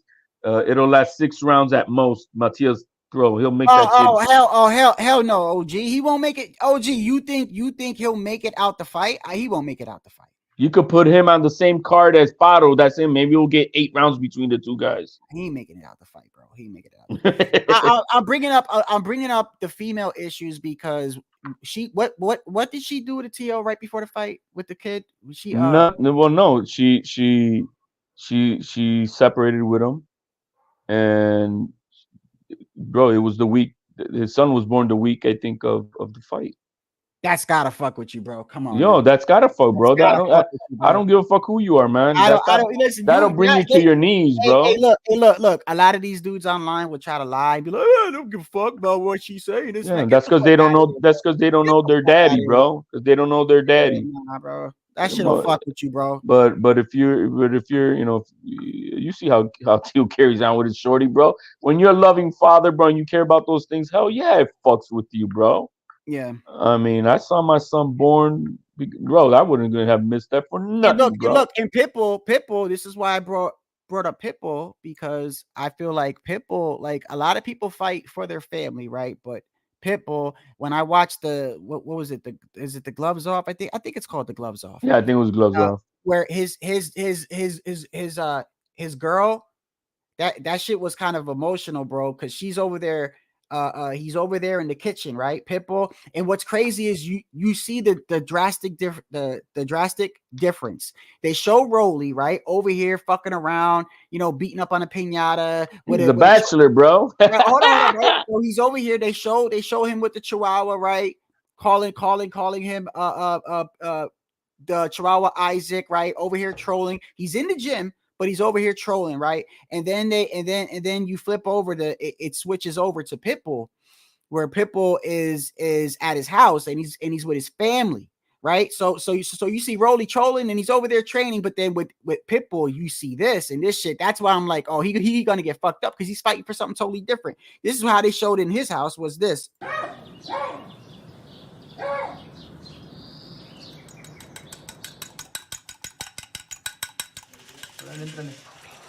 Cuando ya tiene fecha de pelea, a uno como esposa sí le entra un nervio, porque pues sabemos que son golpes al fin y al cabo y pues ni Dios lo quiera puede pasar algo, ¿no? Entonces sí empieza un nervio, una ansiedad. En ese aspecto es difícil. Tuvimos un inicio de pareja muy duro, no teníamos algo estable. Prácticamente de todo un año que tuvimos que remar contra corriente. No teníamos dónde vivir, no había veces que se nos dificultaba hasta para la alimentación, pues no había dinero. Entonces, pues, fue muy complicado. Yo como el hombre de la casa no tenía, llegó un momento, un punto donde no tenía que ofrecerles tan siquiera una tortilla, ¿no? Es que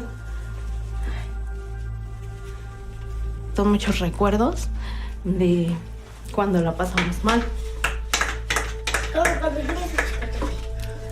Cuando pues la pasamos difícil.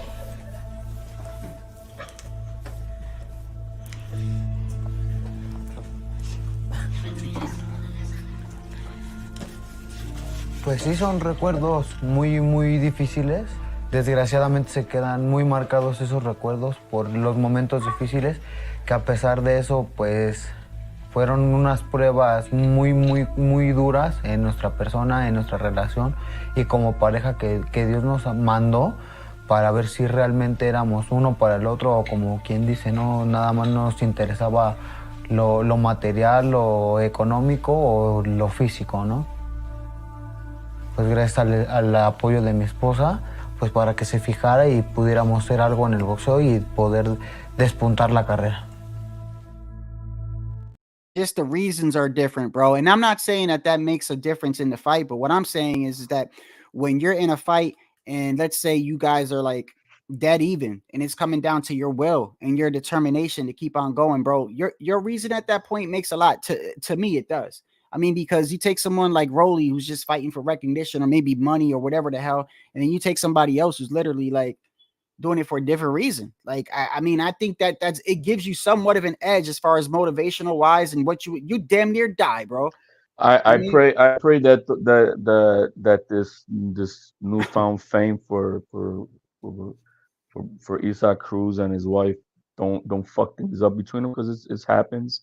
But I hope he does. I pray and hope that he keeps that together and he doesn't fuck around, because you know how guys are, bro, and the fame and whatnot.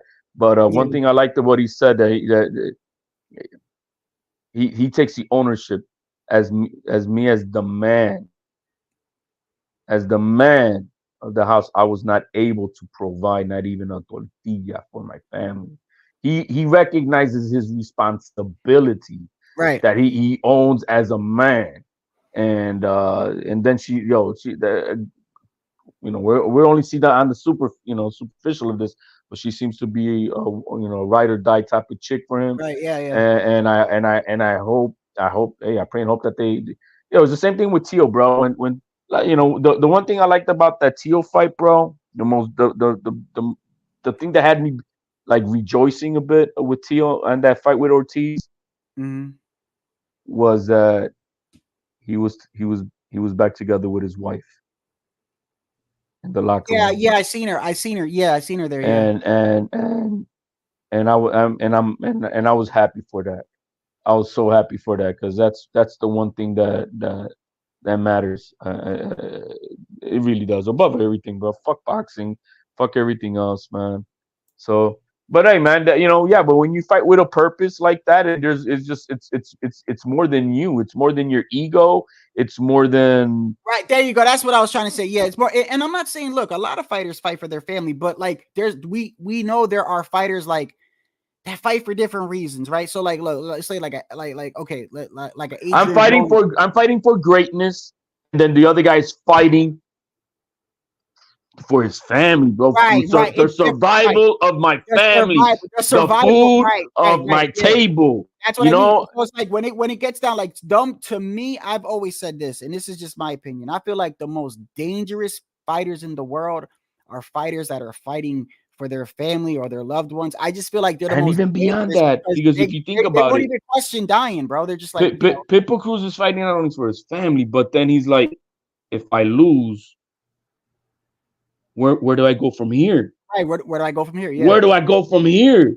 Yeah. How, you know what I mean? So, your boxing career could be over. So it's so much of that when you're fighting with all those tangibles, bro, yeah, you got to kill me, bro. You got to kill me. And, that motherfucker, his He's got a head made for boxing. Hey, bro. Bro. Hey, that little, miss, bro. He a dangerous, bro. He Yo, dangerous. no, I ain't no doubt, bro. You gonna meet up with that motherfucker somewhere? And I knew, You bro, ain't and fucking with I that knew dude. Rolly. Listen, I knew Rolly was gonna get his ass whooped because, like I said, you see Rolly over here with the piñata and he's like smashing it, right? And he's in the gym, he's training, but he's like joking around and shit. And then you go to Pitbull and his wife's crying and shit. He's over here with the kid. I'm like, oh, he gonna fuck him up, bro. In life or death, He motherfucker. gonna beat his ass, bro. From round one, bro. From round. I'm still waiting for Amazon to put that fight up on for us regular folks. He done took 8 years off this kid's life, bro. He done beat 8 years, bro. He beat the brakes off him, bro. It was bad. But I'm happy for Pitbull. I don't think he, out of the 4 champions, he's still the weak link. But I'm absolutely happy for him. And you know what? And if PBC decides to turn him into the Mexican Tank Davis and just start feeding him, B-level fighters below him, just to, he's gonna sell out stadiums. You know that people are gonna come out and watch the Pitbull, and he's gonna sell, bro. He's gonna sell. So I think I wouldn't be surprised if they tuck him away. I don't even see him fighting Tank. I think that PBC says, man, we got 2 fighters that could be making money with beating up bums and not give a shit. I don't think Tank wants to fight him, bro, a second time. I'm not saying he's scared. I'm not saying he's scared, but I showed you yesterday. I showed you yesterday what he was tweeting during the fight, and it seemed weird to me. Well, they're trying to discredit the guy, man. You know what I mean? You think that's what it is? I think it was more of he's hoping Rolly wins. So I mean, that's what it looked like to me. I mean, and this is actually like during the fight. I mean, it was just let me see. Do I still have it here? I think I still have it here. Yeah, here it is.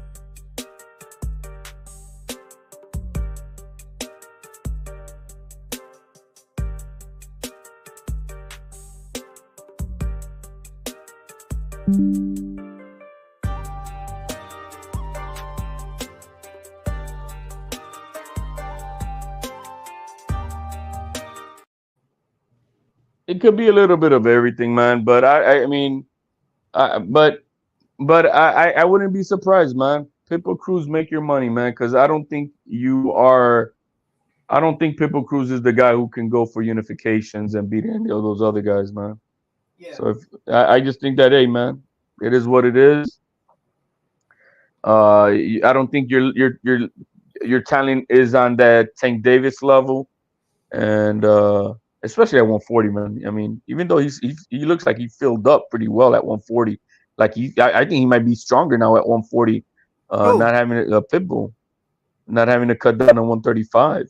I think 140 suits him very well. I think that's his bone structure, like him and Lomachenko, man. Lomachenko looks tiny next to Pitbull, and Pitbull's actually shorter. I don't know why people, some people were coming on here saying that they feel, and like I said, I think a lot of it could be hate or whatever, but I don't know why some people coming on here saying that he didn't look like he got power at 140 because he's already a small person, bro. He looked like he carried power, bro. Because Rolly is a power puncher, and he had Rolly on his bicycle, bro. Hey, man, like I don't know if I was the one who said it. Who beat Rolly more convincing, Pitbull or Tank?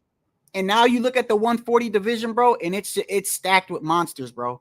Oh, not Tank and that's Shakur, but you got Devin, you got Pitbull, you got Matisse, you got Ryan, you got Tio. I mean, it's a stacked division, bro. You got nothing but killers there, bro. Nothing but killers there. And even the ones that aren't even the champions. I mean, because look, even take Devin, right? And Devin ain't a hard putt, but Devin's still a great fighter. He's still a great fighter. I had guys on that Mills, bro, and they're talking about Antoine Russ. So I'm like, bro, that dude is retired, bro. What doing? He's no threat to nobody. He ain't fighting, man. The guy ain't fighting. What? How can you be talking about him in the mix? You're not in the mix if you're not fighting. It's as simple as that. And I like Antoine. I think he's got skills, but if you ain't fighting, bro, what's the point? I will disagree with you on one thing though, which is fine. We could disagree, but I think Pitbull is a lot more dangerous for everybody than what people think, bro. That's me. That's me. I think he's. I'm not gonna look. I think he'll do a competitive fight with Devin. I think he'll have a competitive fight with Matias, and he'll be competitive against Tio. But all those guys are gonna beat his ass, and I'm not saying like when I say beat him, just they're gonna beat him. Matias will stop Pitbull by some form of TKO. I don't know if he'll knock him out, but I think he'll hurt him so much that there's gonna be a TKO somewhere. Devin, hold on a second, but I think that would be the most explosive fight. Would be. Oh him. yeah. Yes, but I don't know necessarily like if I'm like. I mean, I guess if I had anybody stopping him, it'd be him. But that's not a guarantee. I mean, not a knock. Adam, I think it'll be a TKO stoppage somewhere, bro. Knocking Pitbull out. TKO stoppage. Knockout? No, I don't see him putting him to sleep. So you're talking like they throwing in the towel, maybe the ref make him quit, make him, yo, man. Pitbull ain't quitting, bro. Stop it. Hey, get the fucking word quit out. He's not quitting, bro. Hey, man, make him quit on the stool. They throw in the towel, or the ref, he ain't quitting, bro. Or the ref. Well, you're gonna have to kill that man. You're gonna have to kill that man, bro. Yeah, the corner will stop it in the corner, bro. Let's put it that way. Okay, maybe that, but not quitting, bro. Or they're throwing the towel or the ref. I can't see him in the corner and they go, oh, and he says, nah, I don't want to go back out there. Nah, I can't see it, bro. I can't. They might stop the fight. They might throw the towel in. But hey, we'll see what Matias got against Pato, man. We'll see. That's a good fight. We'll see. That's a good fight. They over there thinking that they need to. It's gonna be in Puerto Rico, so. They think they need to build up. I don't understand the stupidity that they need to. They're trying to build him up for a Tio fight. I'm like, what? Tio is the fight. If you fight Tio, that's the build up. So whatever, man. You guys, they duck that smoke. But it is what it is. I don't know if the Claggett is a done deal yet. No, I think it is, isn't it? No, it's not. No, I don't. I mean, it's not official. It hasn't been announced. Okay. Officially, it hasn't been announced. So, but Tio also did say, hey man, I'm only fighting this dude because nobody else is. No, you know what? I mean, he did kind of make it official then, right? He did. I think. Let me pull it up right here. I think the fight is official because he said that. A lot of people were already. Let me see if I can see it on the boxing schedule. Hold on. Or on his Twitter, he said, "Oh, the reason he's fighting is because." Okay, hold on. Boxing schedule. Okay, hold on.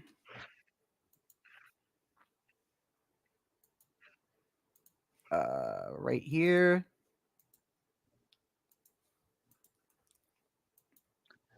Have we ever seen PBC fighters talk on the zone before? Like be at the fights? At the fights and they interview a PBC fighter? Yeah. Yeah. Yes, I have. Why? I'm just like I don't know if I've ever. I mean, yeah, we just saw Benavidez, but I don't remember like Charlo or. Well, you're right. Right here, it's not official. I don't see Tio on the schedule. It's not on the schedule. Tio tweeted something about I don't know, something about they're not fighting me or something like that, and that's why. Or I don't know if he officially declared it, but yeah, man, that's all she wrote, man. I think I don't know what fights we got this weekend, but it's another haul, man. That's all I got, Shadow, man. All right, man. I appreciate you, man. Thanks. Absolutely, bro. Hey, man. All peace out, guys. Take it easy, man. That's HLD right there.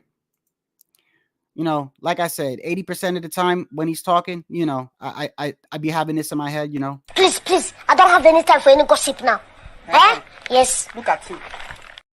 No, but that's my guy though. That's my guy. Hold on 1 second. Yeah. Why did you tell her? Hold on, it's my friend right here. It's okay.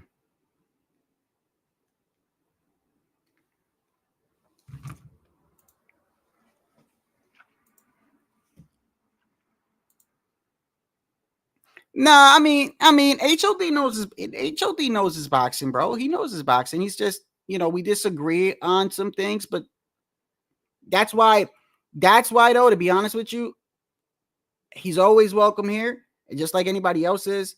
But I get good conversations with him because I like speaking to somebody, especially in boxing, where we don't see eye to eye with everything. Because if he sat up here and we were like facts, it'd be a boring ass conversation. At least with HOD, I know a lot of the things he's going to say, I'm going to challenge. I'm going to be like, I don't know if I think that way. So it makes for a good conversation. And I know y'all like it because y'all be in the comments always getting on him and shit.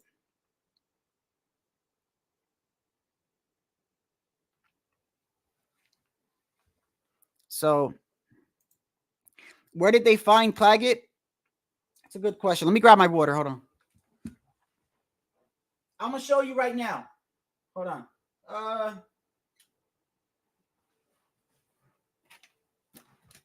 Let me show you right now. Let me show you. Hold on. I think I wrote. Did I write it down? He's from Canada, but I had wrote something down earlier in regards to that because I had these topics I was going to talk about. Where's these? Man, my memory is shot. We'll just look him up. Hold on. What's his full name again? Claggett.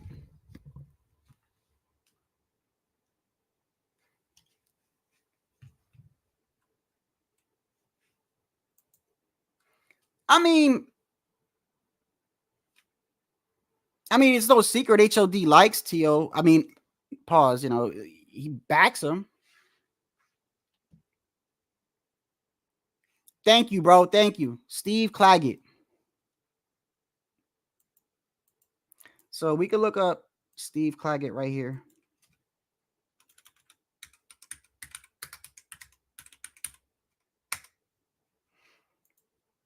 Here he is right here.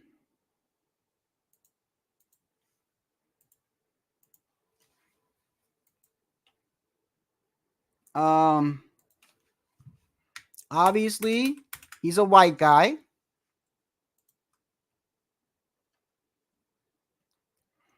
See, this is where the issue comes from, bro. And I already know a lot of people are going to have this issue. We're talking Teofimo Lopez here. And this guy, look at his record. 38-7. You already know people are gonna attack this fight just on a difference of skill alone. So trust me, listen, as a person that I support T.O., like I don't agree with this fight at all. But I mean, to be fair to him,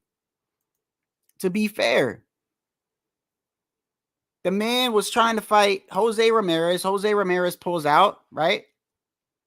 He fights Jermaine Ortiz. He tried to fight Matias, right? And Matias said he had a hand injury. Did he not?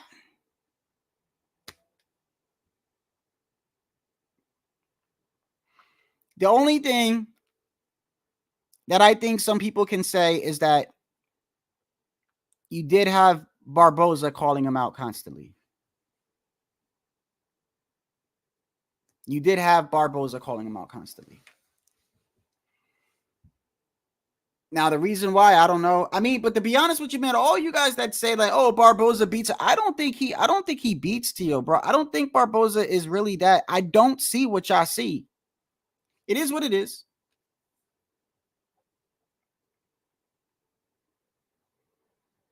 He's got good fundamentals, but that's about it.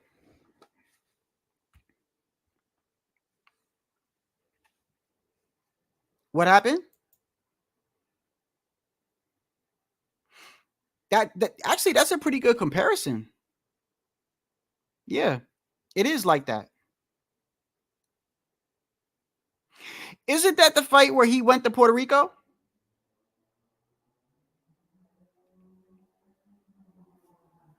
Is that the fight where he went to Puerto Rico? And he was supposed to like walk over the guy, and then they had like, it ended up being like a tough fight for him. Isn't that what happened? And it's look, man, it's usually these type of fights that where we think that T.O.'s just gonna run the guy over, right? Are the ones that T.O. struggles with. I don't know why. But he struggles with like the mid tier, the lower tier. It's like they give him a little bit, but then like when he fights somebody that like everyone thinks is gonna give him a hard fight or whatever, he just makes it look easy. I don't know. Maybe he fights to the level of his competition. I don't know. It doesn't make sense to me sometimes, which just makes me think that maybe he's not taking it as serious. But I don't know. I'm not in the guy's head, bro. Like it doesn't make no sense to me either.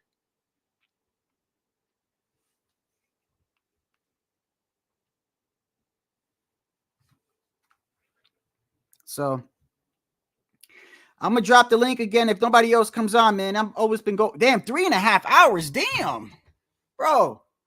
Time flies, man. I've been on here for 3.5 hours, bro. I don't want to become a professional YouTuber. I don't. It's depressing.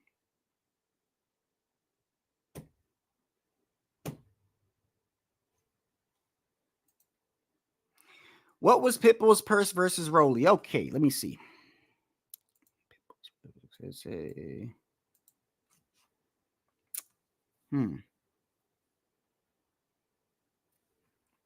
a good question.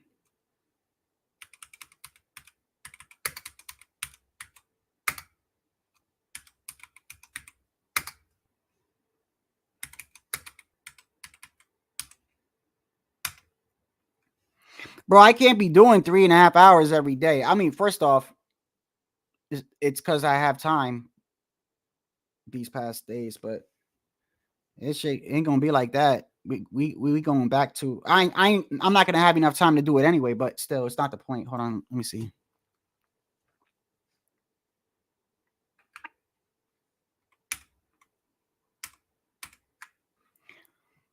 Okay, right here.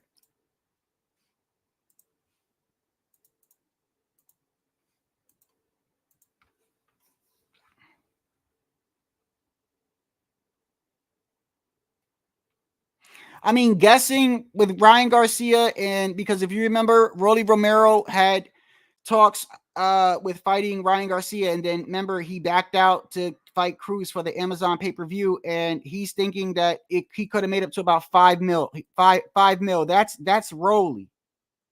That's Rolly.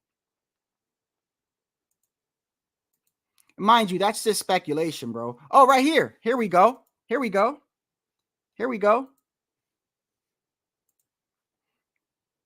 Isaac Cruz person payouts reports reveals Cruz 6-figure earnings after impressive triumph over Rolly Romero. The reports say that he earned about $600K from the fight. Okay, to be more specific, it's predicted that Cruz made a whopping $650,000 for the fight. Remember, when he fought Gervonta Tank Davis for his title a couple years ago, his payout was $500,000. $650,000. And look, he was just a challenger. So imagine now that he's got the belt. Now that he has the belt, I don't know, you add on what, another couple 100,000 for that, right? So maybe $1 million. Maybe now he gets $1 million per fight. I don't know. You got to understand, bro, just because you get $1 million doesn't mean you getting that $1 million, bro. Like, you got taxes, you got to pay your coaches, you got to pay your the gym and all types of fees and stuff, man. It's not like he just get $1 million like that and walk out the fight, bro.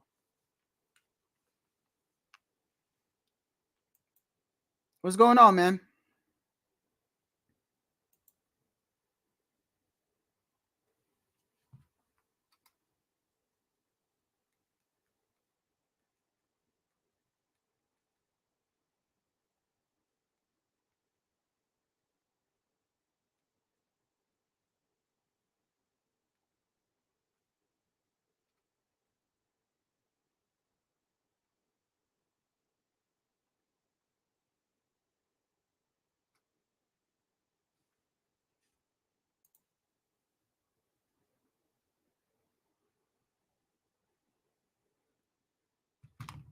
A lot of people on what payroll?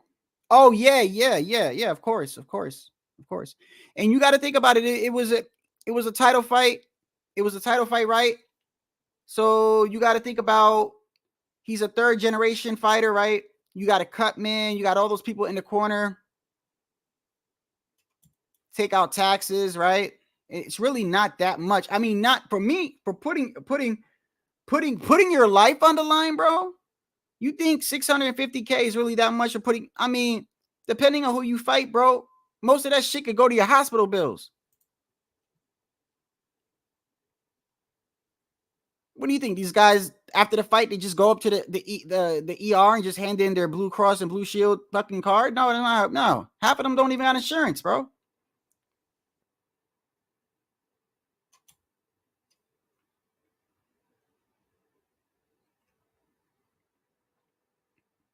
I'll tell you what I do disagree with HLD on. And not just him, but other people. I think a lot of people overlook Pitbull Cruz because of the fact that he's a smaller guy. Okay, he's a smaller guy. What's he, 5'3", 5'2"? 5'3", right? 5'3", something like that. In a division where the normal fighters are probably what? 5'8", 5'9", 5'10", right? We're looking at the now. Forget the left. Forget Tank and Shakur. I only put, but which by the way, Pitbull Cruz says he's still willing to fight at 135, which is why I put Shakur and Tank in there on the left. He could still fight Tank in a rematch. I don't think it would be a good idea to fight Shakur because I don't think he's going to be able to land on Shakur. But nonetheless, that is what it is, right? You go to 140. You got Matias, you got Ryan, you got T.O., you got Devin, right? I think he is a dangerous matchup for T.O. and Matias and even Ryan.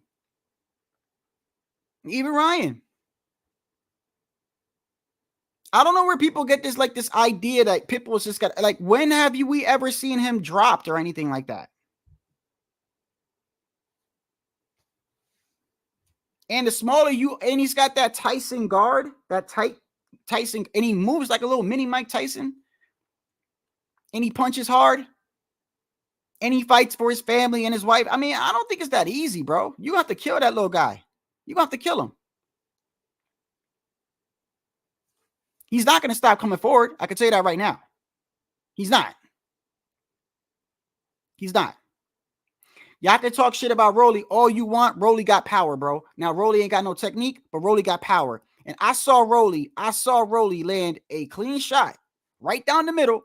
When Pitbull dropped his guard, Rolly came in with turned his whole body into it, bro. A right hand. And he just, like nothing. The man kept coming forward, bro.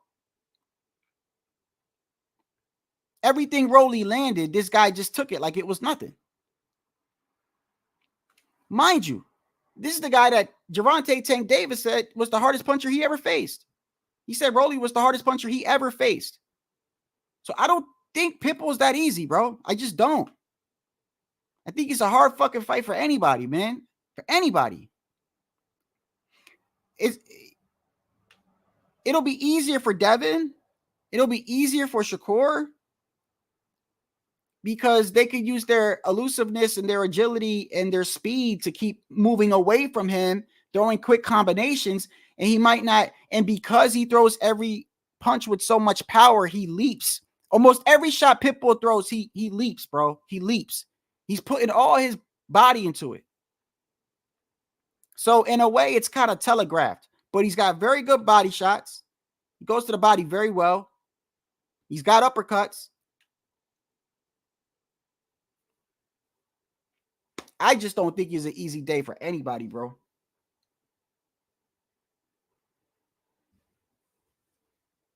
And when that fight happens, by the way, you know, like what would be a good fight? If Matias did fight Pitbull, right? I don't know about Matias stopping him, bro. I don't know. I gotta see it. I gotta see it. I gotta see it. I gotta see it, bro.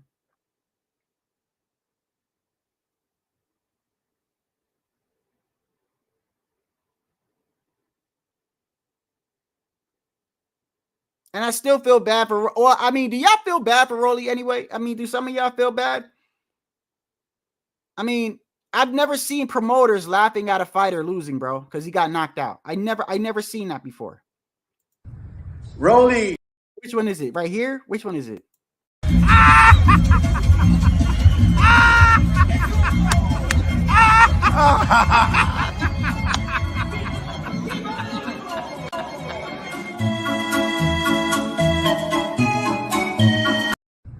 Rollies, you getting knocked out.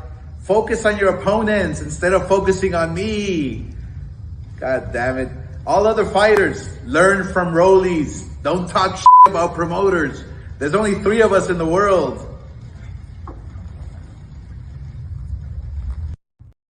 I got Oscar one like this.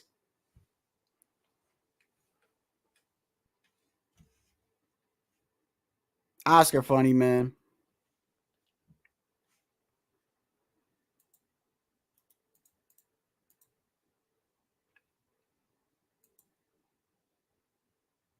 Me too. Get this. Hey, me too, bro. So you're with me, right? I've always felt bad for him because everyone makes fun of him.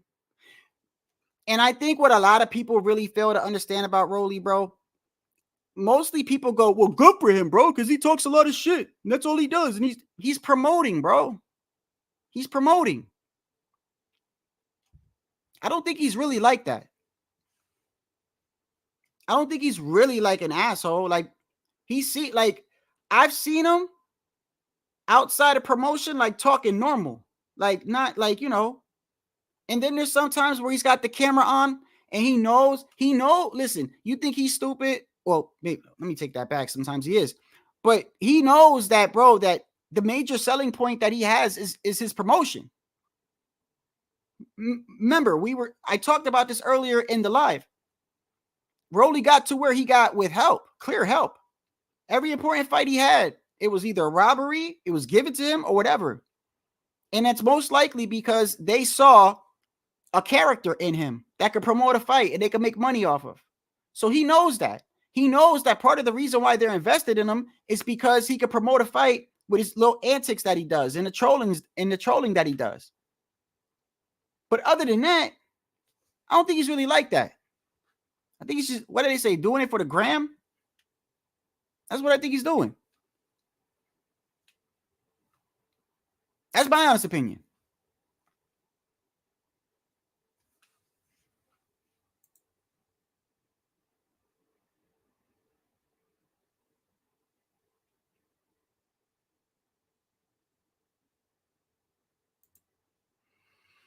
I think that Eddie Hearn, prior to that fight, bro, prior to the fight, Hitchinson never fought like that. I mean, listen, yes, he has that type of style, that ring generalship type style where you stand in the middle and you remember he fights mainly off his jab. Hitchison, he fights mainly off his jab. If he's throwing his jab and you can't get to him, he outpoints you. That's how he fights you, bro. The guy he fought, his jab was not his. The guy was getting through his jab and he couldn't stop him. And you could see that on his face, he was frustrated. He was real frustrated, bro. Like he didn't know what to do. He didn't know what he hugged that man so much. I thought he was in a relationship with him. He was hugging this man. He did not want this man to fight. Like, he was hugging him, bro. He was confused.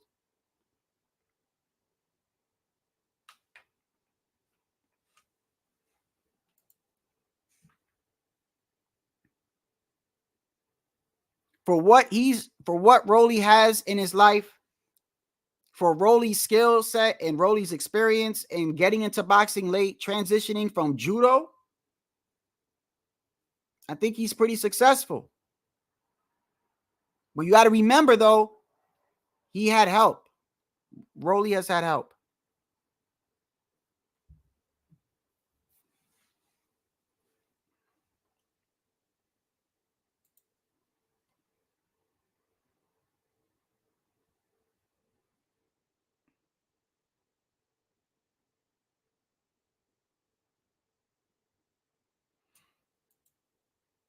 Hey, Smoke, did you see the the Rolly fight and Pitbull fight live? Did you see it live?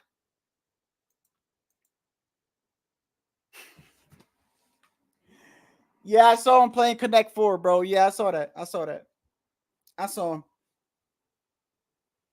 Hey, at least he a master at something.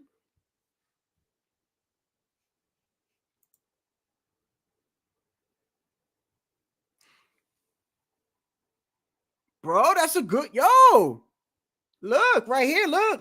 This is this a live? Oh, okay. You saw which live broadcast? Oh, you saw the fight live. Okay. Yeah.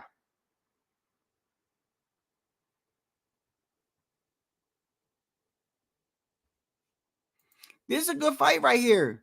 Blair Cobbs and can you imagine the promotion on that, bro? Oh my goodness, man. Both of them dudes talk so much shit. That would be hilarious, man. That would be hilarious, bro. Blair Cobbs reminds me of like the white Apollo Creed from Rocky, but just like he's black, ain't he? He's black, but he's white. Is he black? Is he white? I don't know, but he acts white, but he's black, right? What the fuck is Blair Cobbs? Like, I have no idea. Like, I don't know. He's a light-skinned black man who acts white, I think. And then you got Rolly. That'd be a hilarious. That would be funny, bro. No, he is, bro. Bro. What is he? What is Blair? I have no idea what the man is. Okay, let me pull up a picture. You tell me what this man is, bro. I have no idea what he is.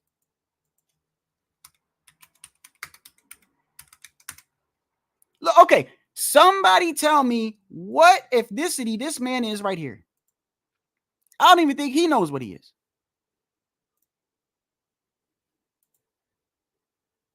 What is that man?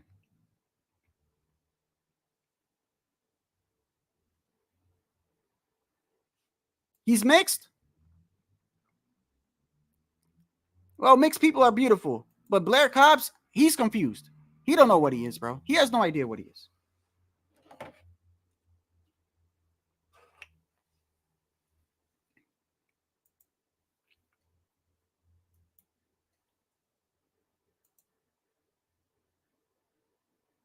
He's one of those people, like, every 4 years he changes. Like, I'm white, then I'm black.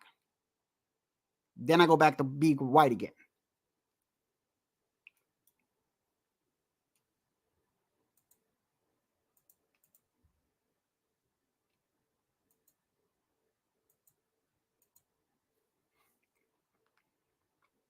You remember right before Blair Cobbs got his ass whooped when he sat up there and told everybody that he beats Duran in his boots, he beats Errol Spence, and now you're supposed to say that if you're a fighter, right? You're supposed to say that you could beat up everybody. I get it, bro. I get it.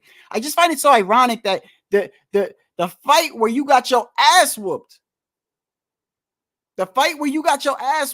that whole week, you did interview after interview after interview after interview saying you could beat this man's ass, you could beat that man's ass, you could beat that man's ass, just for you to get into the fight and you get knocked out. Yeah, that's karma for you, bro. That's karma.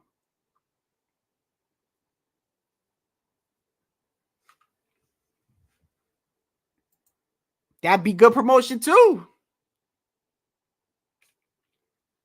That would be a great promotional fight too.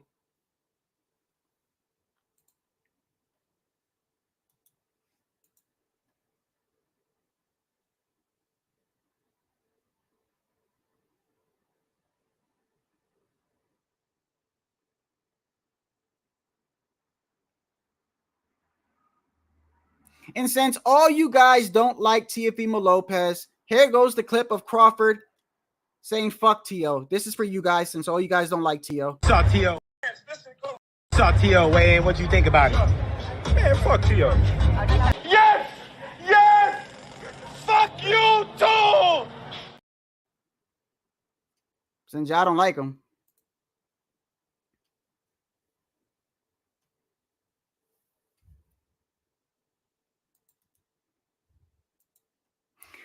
Did you guys see the oh, I don't know if I should play this. I don't know if I should play this. No, I don't think I should. I don't think I should play this. No. Last time I played this, they struck my channel. They struck my channel. Yeah, they struck my channel.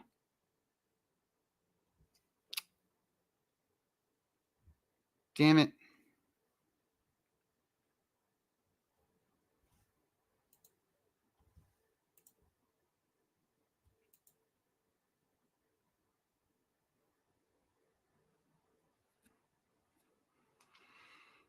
I don't know.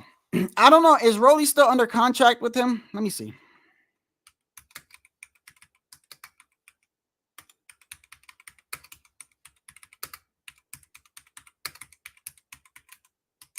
Rolly Romero still under contract with Floyd Mayweather?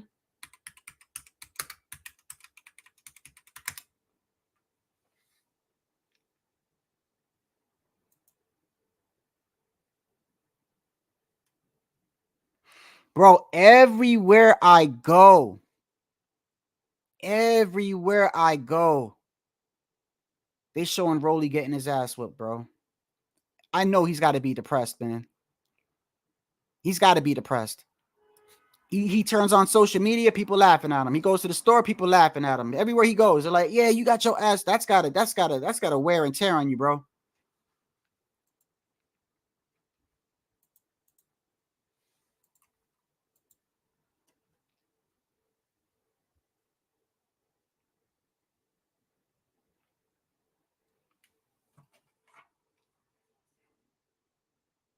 Oh, right here. Floyd's investment. Mayweather did not say in his message whether he will continue to promote Rolly or release him.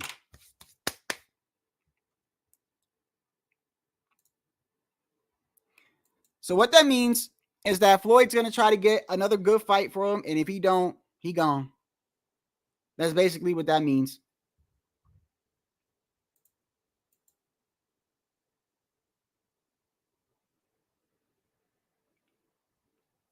But yeah, man, let me try to get off of here, man. I still got to get something to eat, man. I can't be doing it. You know what? It's either that or I'm gonna have to start eating in front of you guys, bro. Eating food. I'm not trying to do that. That's why sometimes I like it when HOD comes on here because it gives me a break to go use the bathroom, go breathe, go do something. If not, I gotta sit here and keep talking. Like, what do y'all like? If I can't just sit here and look at you.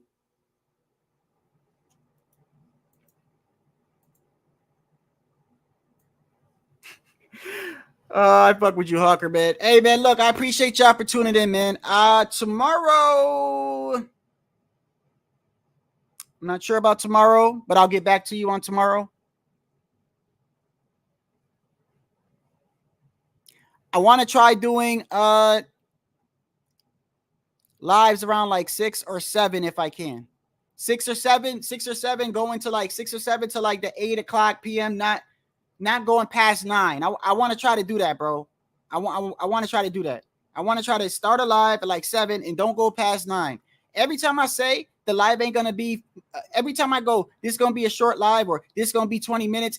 Look, it's 3 hours and 45 minutes because we start talking boxing and it can't stop. So technically, I'm lying to myself. I'm in denial when I hop on here and I tell you it's only gonna be a half an hour. It's like sort of like a crackhead saying he's not going to smoke crack. You're lying to yourself.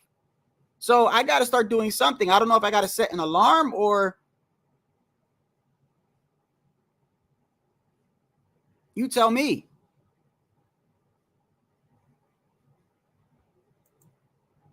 Nah, I don't drink.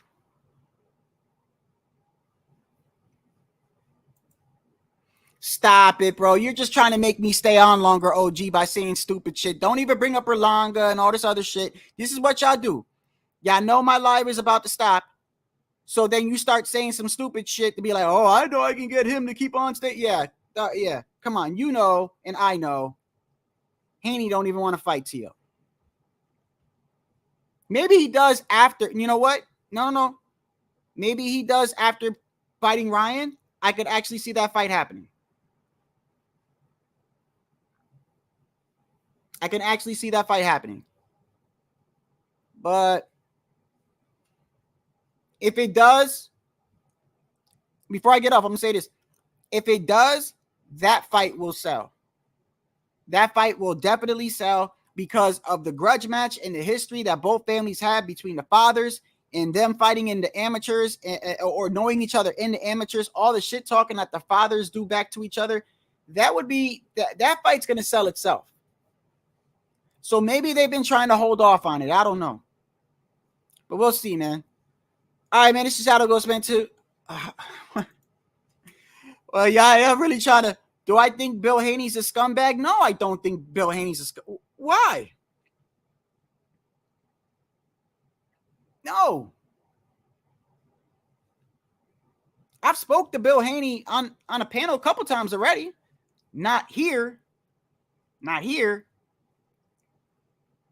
But on other people's channels. I spoke to Bill Haney. And he, you know, I mean, I'm sure he spoke to hundreds of content creators. I told him the criticisms I had. Exactly. That's what they're doing as fathers, bro. Looking out for the best interest of their son and selling the fight. That's it. I don't think he's a scumbag, no. I just think a lot of the stuff he says is bullshit. There's a big difference. This is Shadow Ghost. Until next time, I'm out, man.